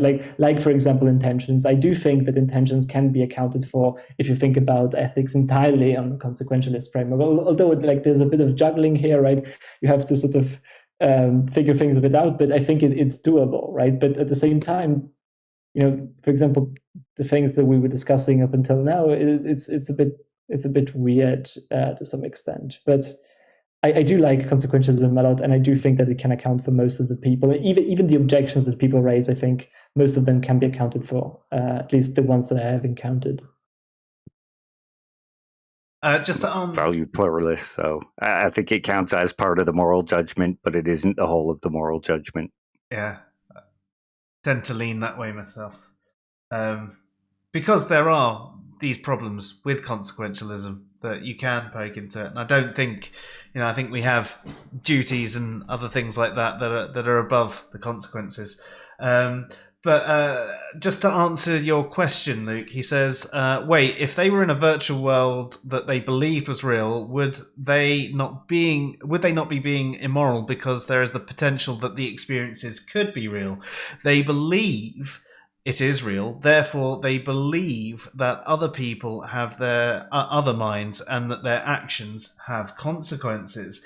And if they believe their actions have consequences, then surely consequentialism is still applicable. But it's not, because there is no real consequence. There's no real world consequence, yeah. And I guess someone in the same world as this other person could judge him as being immoral. Like perfectly rationally by using consequentialist ethics, right? He could do that because he himself would believe that those other people are real, and he would explain, you know, his behavior and condemn it in the same way as a consequentialist would now in this world, right? But someone outside knowing the truth about what he's experiencing probably could not do that. And I think maybe the confusion arises because we tend to confuse these two viewpoints, right? We tend to think that maybe we should judge it as if we were, or maybe, I don't know, maybe there's some weird mixing up that is happening there. I don't know. An intuition to judge it from within that world rather than from within that world, right? Yeah, that might be the thing. Or maybe it's just sort of a very hard thing to shave off, you know, your sort of outlook on this, you know, your feeling that murder is actually producing negative consequences, right? Because that's the world you inhabit, where murder is actually producing all of these negative consequences. So it is very weird to imagine someone having the intention to murder, right, for like at least in his own mind, real people, and not judging him to be immoral, right? Like it's weird, maybe because of this habit that is ingrained into people, but yeah, it's a bit of a tricky thing, I think. Yeah.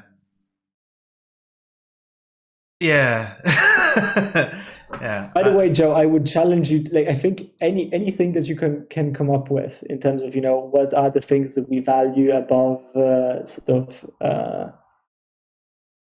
You know, you said something that, you know, we value things, or we have values that go above and beyond sort of consequences and stuff like that in ethics. Like, I think I would be able to explain these in consequentialist terms. You could reduce them all back to a form of consequence. If you said a duty, well, breaking a duty, well, the consequence is breaking a duty. You could take deontology and you say, well, you're supposed to be following the rules, but actually the consequence is you break your rules. But that's not exactly the same thing, is it? Really? I mean, I understand what you're saying there, but No, I do think that that is the thing, though. Like that's part of why it appeals to me, because any other sort of like part of what satisfies me about consequentialism is actually something that Alistair as well said. This idea that on the base level, sort of suffering and pain is bad, right? And the other thing, like that is just sort of like the base layer intuition. And if everything can be explained in those terms, then it seems to me that this is like an extremely elegant solution to a lot of problems we have, and can be discussed elegantly as well, because then it is a question about assessing these sort of variables and talking about these things when we talk about ethics, right? And these other ethical worldviews, while they teach things that I agree with, they have like I miss sort of the ground layer that consequentialism offers to me. Another reason why I like specifically utilitarianism is because of its essential like absolute equality in terms of interests. So if you can experience pain or pleasure, then really at like the same level of intensity, then really your interests count as much as any other being that exists. And that, I know that seems radical to a lot of people, but I think just reflecting on why pain is bad in the first place, it's because there's it's like an entity experiencing pain, and that's a bad thing. We would want to stop that. So that's at least why it appeals to me, because like the actual theoretical like structure of the theory basically guarantees a certain amount of equality, and if you look at utilitarians in the past, they were always the most progressive and ahead of their time. Like if you look at like Jeremy Bentham, he was like for women's rights and all that kind of stuff. So like I'd say it was been like 100+ years ahead of any other theory in ethics. Like if you actually look at the actual theorists behind them. So at least that's why it appeals to me as well. So you would torture the terrorist? Yeah. If it could guarantee better consequences, but it wouldn't. I don't think it would. I mean, I'd love to have a longer chat with you about this at some this would point. be very interesting. But I think we're getting far too far off the original point. Because like about torturing, for example, right? Like that's what I mean when I say that a lot of these things seem on the surface, I think, but can be explained. Because, for example, you could say that torturing the terrorist is also violating certain principles, right? Like sort of making it more in, I guess, sort of towards the ontology or something like that, right? Certain rules. But then we would explain that violating these rules, right? Like the reason why we sort of coin these rules is because sort of violating them is sort of like it's a codification of the fact that violating them produces a great amount of sort of suffering, maybe, right, or negative consequences, and that's why violating them is bad enough for them to be cast as rules, right? So maybe torturing the terrorist would be sort of at the surface level, you just say, oh well, it's bad, or sorry, you say it would be a bad thing, so you shouldn't do that, right? But I think, and then you might critique a consequentialist in saying that, oh, you should say that you should torture this person. But I think a consequentialist might well say that maybe that actually isn't the thing, right? Maybe you shouldn't torture the terrorist because it violates one of these things that, would sort of in society, if understood, right, would ripple through and cause actually greater damage than actually, solving for that particular scenario. You could also look at it from another viewpoint, where torturing the terrorist convinces other terrorists that they might be tortured and be more cautious about committing terrorist acts. Sure. That's one of the things about consequentialism, in that it all depends on how you frame the consequences. Yes, I agree. And I think that there are certain scenarios that if you actually did show at the end of the day, like if there was a way to measure this and you did show that, for example, torturing the terrorists or something like that would be the right path to follow in consequentialist terms, right? Then maybe that there are certain scenarios. I don't know if this particular one would be the one, right? But maybe there are some other scenarios where it would make me question, because it would go against certain like very strongly held intuitions in ethics. But I'm not exactly sure if those exist. And I think part of the difficulty is that it's very hard to figure out if these things would actually cash out in one respect or in the other. Yeah. I mean, a lot of consequentialists will just bite the bullet and say, yeah, torturing the terrorists is good because it saves 20 million lives. It's, yeah. Yeah. Yeah. I mean, Kimmo, seems like it would to me, like it saves that many lives. Like it's, yeah. Kimmo makes the point, though, deterring reprehensible behavior by engaging in reprehensible behavior is perplexing. I mean, it's one of the things that you think about, parenting. You don't teach a child not to be violent by hitting them, because that teaches them that violence is okay in certain situations and so on and so forth. But arguably, there could be situations where it's the only thing that you could do, say in self-defense or something like that. I mean, it's a complex one, and I do think that we should save this sort of conversation for when we have maybe an entire night and move on. Yeah. The easiest answer is to just go with Mueller and say, well, I'm a moral fool and I don't know anything about morality, so let's stick with the laws.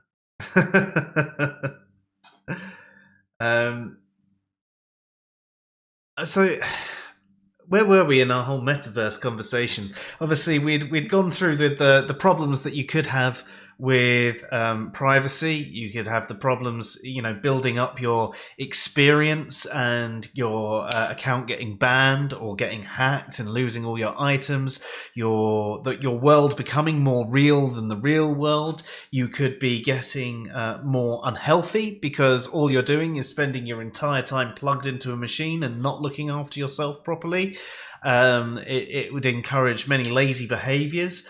We did acknowledge that there were plenty of positives that could happen from this as well, in the sense that you could reach people with different forms of education. You could essentially go to work, especially if you work in a company where you're dealing with data all the time, then you could actually go to a virtual world and have a virtual coffee and actually sit down at your desk and work in this virtual world, so you save on office space. You could have a family Christmas with everybody at all four corners of the world. Yeah, so I mean, yeah, and mute the annoying uncle that is saying stupid stuff. Yeah, exactly. That's why I don't get invited to Christmas dinners anymore.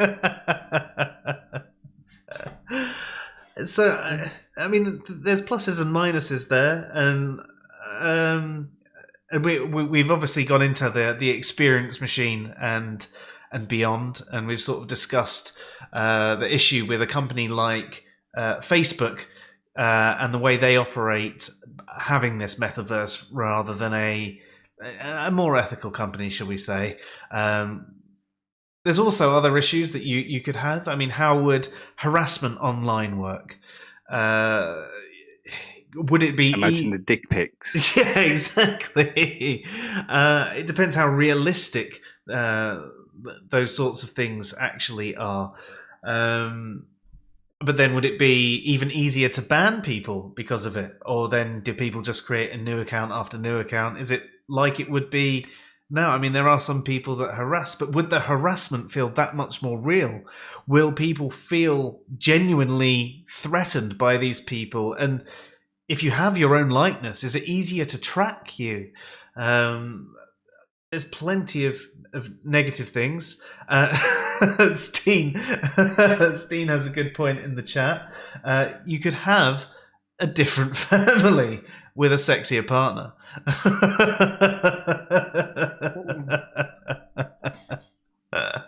I mean, would there be this entire thing there as well? People build entire lives and entire relationships there, and then you meet them in the real world, and it's a total catfish type situation. Or do people actually stop having real world relationships altogether, and we have to start cloning people because people have actually given up real sex for virtual sex? Yeah. Yeah, I don't know. And will it lead us to eventually being in the Matrix, where where the AI becomes so self-aware that it takes over and says, right, you guys are locked in there, you're not allowed to leave, and it uses us as processing power. The metaverse is just a way for our creators to get us used to, for when they reveal that we actually are brains and fats. Yeah. I do have a question though, and I think we kind of answered this already, like to some extent at least, but I wanted a more explicit answer from all of you, I guess. There's this perception going around about, like, say that you have someone that decides to live their entire life in the metaverse, right? Let's say, right? They buy this device that's going to be extremely advanced, right? And they live out their life in this sort of virtual, not real, not real world, essentially.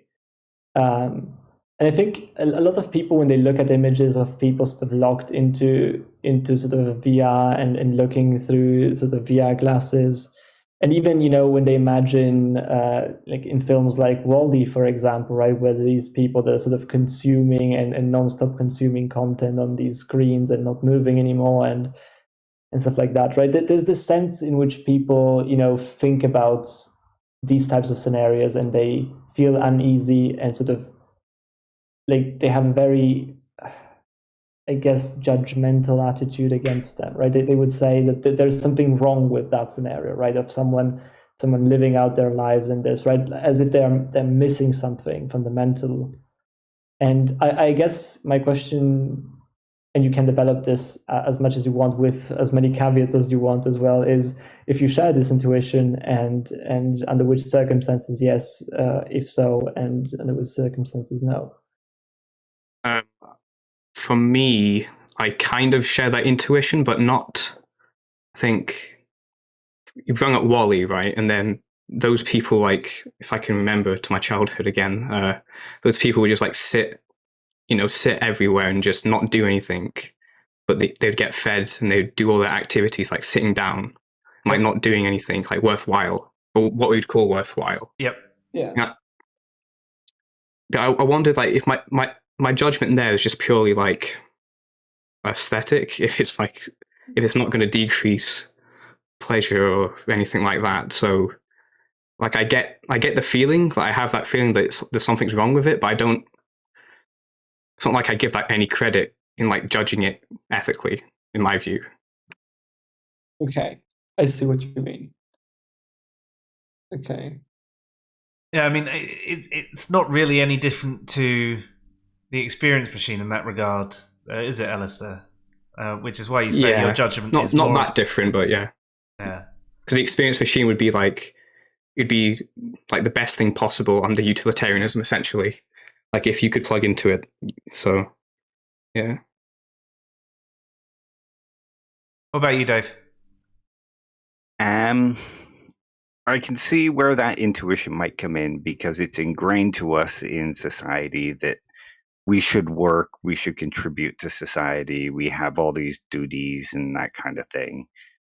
And I think that sort of interferes with the judgment about whether it would be ethical to sit in that, sit around all day. And I think it could cause real world problems if everybody just sat in the metaverse, because what happens if a bit of it breaks down and nobody knows how to fix it and it causes chaos? Or people sitting there and starving to death. But I'm not really sure that it is inherently immoral. I mean, for some people, think of an abused child. It would be better for them to stay within that metaverse where they're experiencing pleasure. But some people might have that attachment to the real world, and there needs to be a nice blend of the two. I don't think it would ever end up in a situation where everybody is plugged into the metaverse or the experience machine. Yeah. It's an interesting one to think of, really. I need to think on it a lot more. Okay. But I think when you had, if you call back to like Ready Player One, one of the problems was everybody was almost permanently plugged into this world, and when sorry, spoilers, when they got to the end and he won the prize, where he basically won the company. He actually turned it off 1 or 2 days a week. I can't remember what it was. So people would have to go out and experience life. And I think there needs to be some sort of balance. But again, I think that is because, as you said, it's ingrained in us that you have to be contributing to society. Now, if we were at a point where society was so self-regulating, energy was at complete efficiency, all waste product went back into itself, everything also repaired, I think that's a very different situation. And at that point, well, what harm does it do being plugged in all the time if everybody was plugged in, because nothing bad would ever happen and you could have all your interactions that way, as long as there is, I mean, a human's being cloned to carry on the lineage. I don't know. But yeah, my mind is quite messy with that question at the moment, so I need to think on it more. There's a good question that's come in from Steen, though. It says, here's a question. Reuniting with loved ones. So let's just say Meta will allow you to interact with an AI simulation of lost one built based on all the Facebook data. So imagine that. So you've got Facebook have all the data on, so people have been in the metaverse, and Facebook have enough data on you to fully simulate you. So you die, but someone wants to speak to you, and Facebook then create a version of you. Now, you didn't actually ask a question, Steen, but there's a few implications there from a moral perspective, and there's obviously the psychological perspective, whether you truly believe that's the person you're speaking to, or if it's just, seeking comfort, helps give you some closure. I mean, what do you guys think on that concept? If someone was actually created, you wanted to speak to someone that you've lost in your life, and Facebook created this very, very real representation of them that you could talk to. Is that something you'd be interested in? What do you think about it?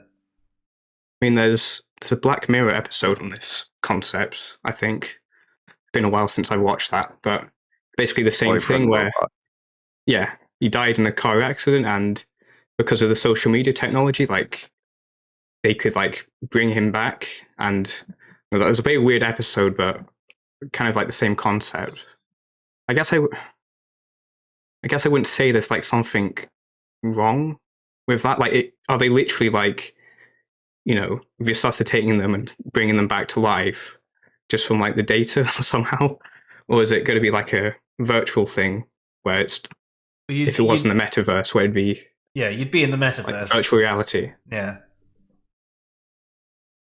wouldn't say there's something wrong with that. Maybe it could lead to bad consequences because people are more plugged into the machine and they're neglecting other people, their own health, and that kind of stuff. But I wouldn't say it's unethical if they could do that.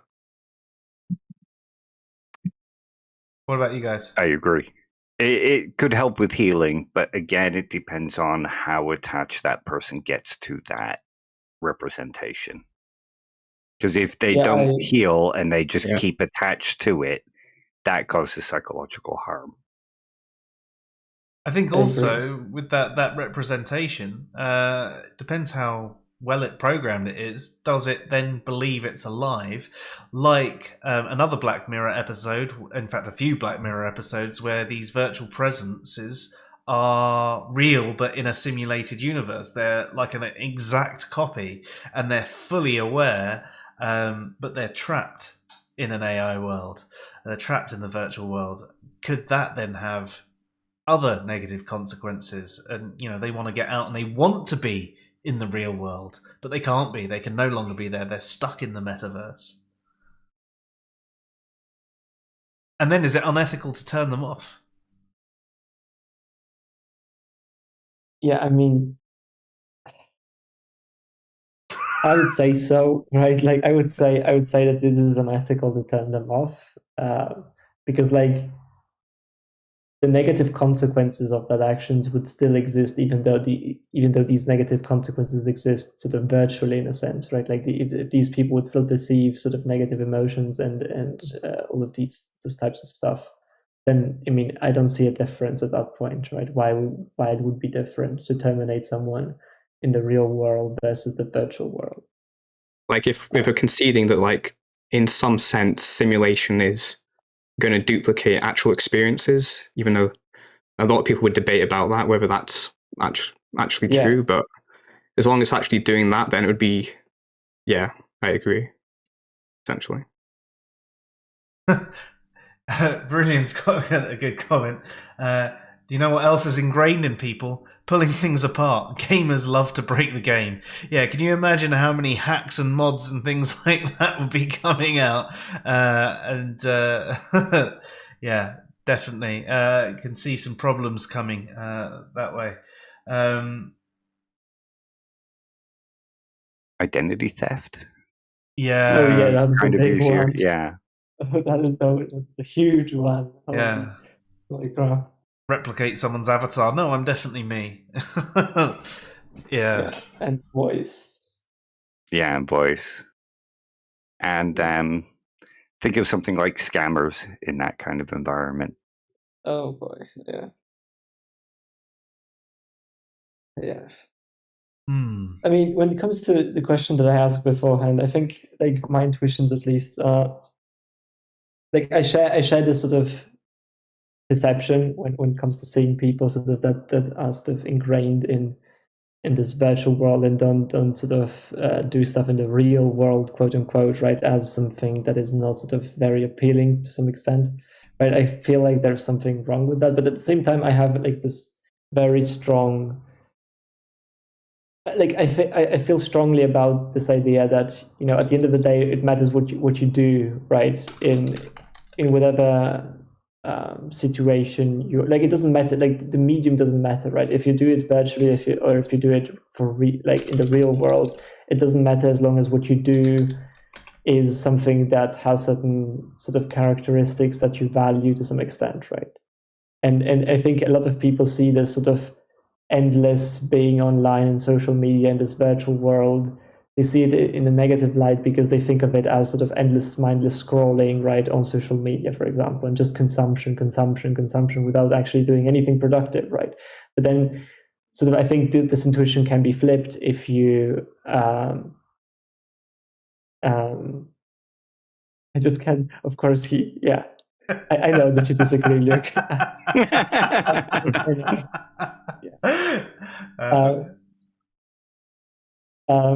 Yeah, and I lost my train of thought, right? But yeah, the point is that if you flip the thing, right, and if you have someone that actually does sort of creative work, for example, in a digital environment and spends days creating a new track, right, a new music album, something, right, then suddenly, even though he spent his entire time on a digital platform, right, like people don't feel the same way, don't feel as strongly about this being a negative thing, right? Because it's at the end of the day, it's about how you spend your time. And I think something similar can be said for like if you completely virtualize this whole thing and you live in this virtual environment. The only worry, I think, like actual worry that I would have at that point, apart from what people would do, but I think people would still create stuff and do like sort of even work that has even impact maybe in the real world.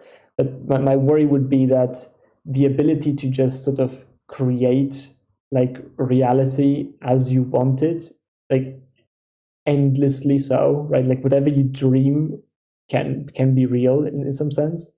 That can have sort of like a really weird impact on like how you live in general. Like I think there's a lot of gray area there that I'm a bit worried about, because in the real world, like there are certain constraints that you have about how you behave, and those constraints inform your behavior, and part of what life is to some extent is sort of learning to navigate those constraints. But if you can just make up whatever you want, right, and you can make it up as often as you want, right, you can change up like reality as you change clothes in the morning to some extent, then it's a bit like, I don't know what consequences that would have. I'm not sure exactly if that would be a positive thing.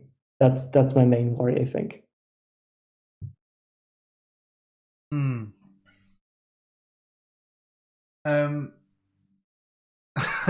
Comment from Virillion says, if a virtual world were to exist, companies would find a way to use our brain to generate blockchain. I don't think the brain's got enough power in it to do very much. I mean, is that sort of similar to what the original concept of, I'm stretching here, but of the Matrix was supposed to be? So it wasn't originally supposed to be generating power. We were supposed to be processing power rather than batteries. But it didn't go over well with the test audience. So is that a sort of tie into generating blockchain in that regard? Companies would be basically using part of our brain, or maybe they start using them to mine Bitcoin. Or mine ideas, because to sign into the metaverse, you have to sign over copyright of all your thoughts. Whilst you're so in any the stories and things you come up with belong to. It could be. It could be. Oh man. Do you guys have any more points? I'm aware that we're getting on a bit late, and is there anything else you wanted to discuss tonight? I don't think so. At least I think we covered a lot. Yeah. Actually. Yeah, and gave me a lot to think about. So thank you, everyone. Yeah, there's definitely a lot to think about, and it'd be interesting to see how this situation rolls out and everything that transpires, and how true any of the predictions are, if things really do go the way we think they are, or are we going to be pleasantly surprised? I mean, if it I think it'll be a mix of a bunch of different things, to be honest. Yeah. Sorry, go for it, Dave. I was just going to say, I think the technology itself has immense value. It's how the technology is employed and who's in control of it that really makes a difference. So we basically need to get an override to make sure Facebook are not in control of it. But about the only people that could override them would be governments. And I don't think we'd want the government in control of it either. Well, that's one of the catch-22s of this situation, in that the only people who have the ability to come up with this technology are the companies you most wouldn't want it in their hands. That is. And the government isn't much better either. Yeah, exactly. And I mean, depending on the government, you could say they're potentially worse. Yeah. Boris Johnson in charge of everything. Of reality itself, what you perceive. I mean, at least it might be a bit quirky and amusing. No. Boris Johnson is terrible. He should have got stuck on that zip line and never come down. Cool. Right, well, as there are no more questions from the audience, and you guys don't have anything else you'd like to discuss, then I think it's a good time to call it quits for the night. I'd just like to say thank you, Alistair, for coming back on. It's great to see you again. Welcome. Yeah, it was great. Yeah. Always good to have you on. And as I said, if you ever see any of our topics that you're interested in, please just drop us a line and say, just jump in. I want to talk on that one. Obviously, thank you, Philip and Dave, for being here as always, and everybody out there in the ether who we don't know if are truly real or if you're just virtual simulations of people chatting to us,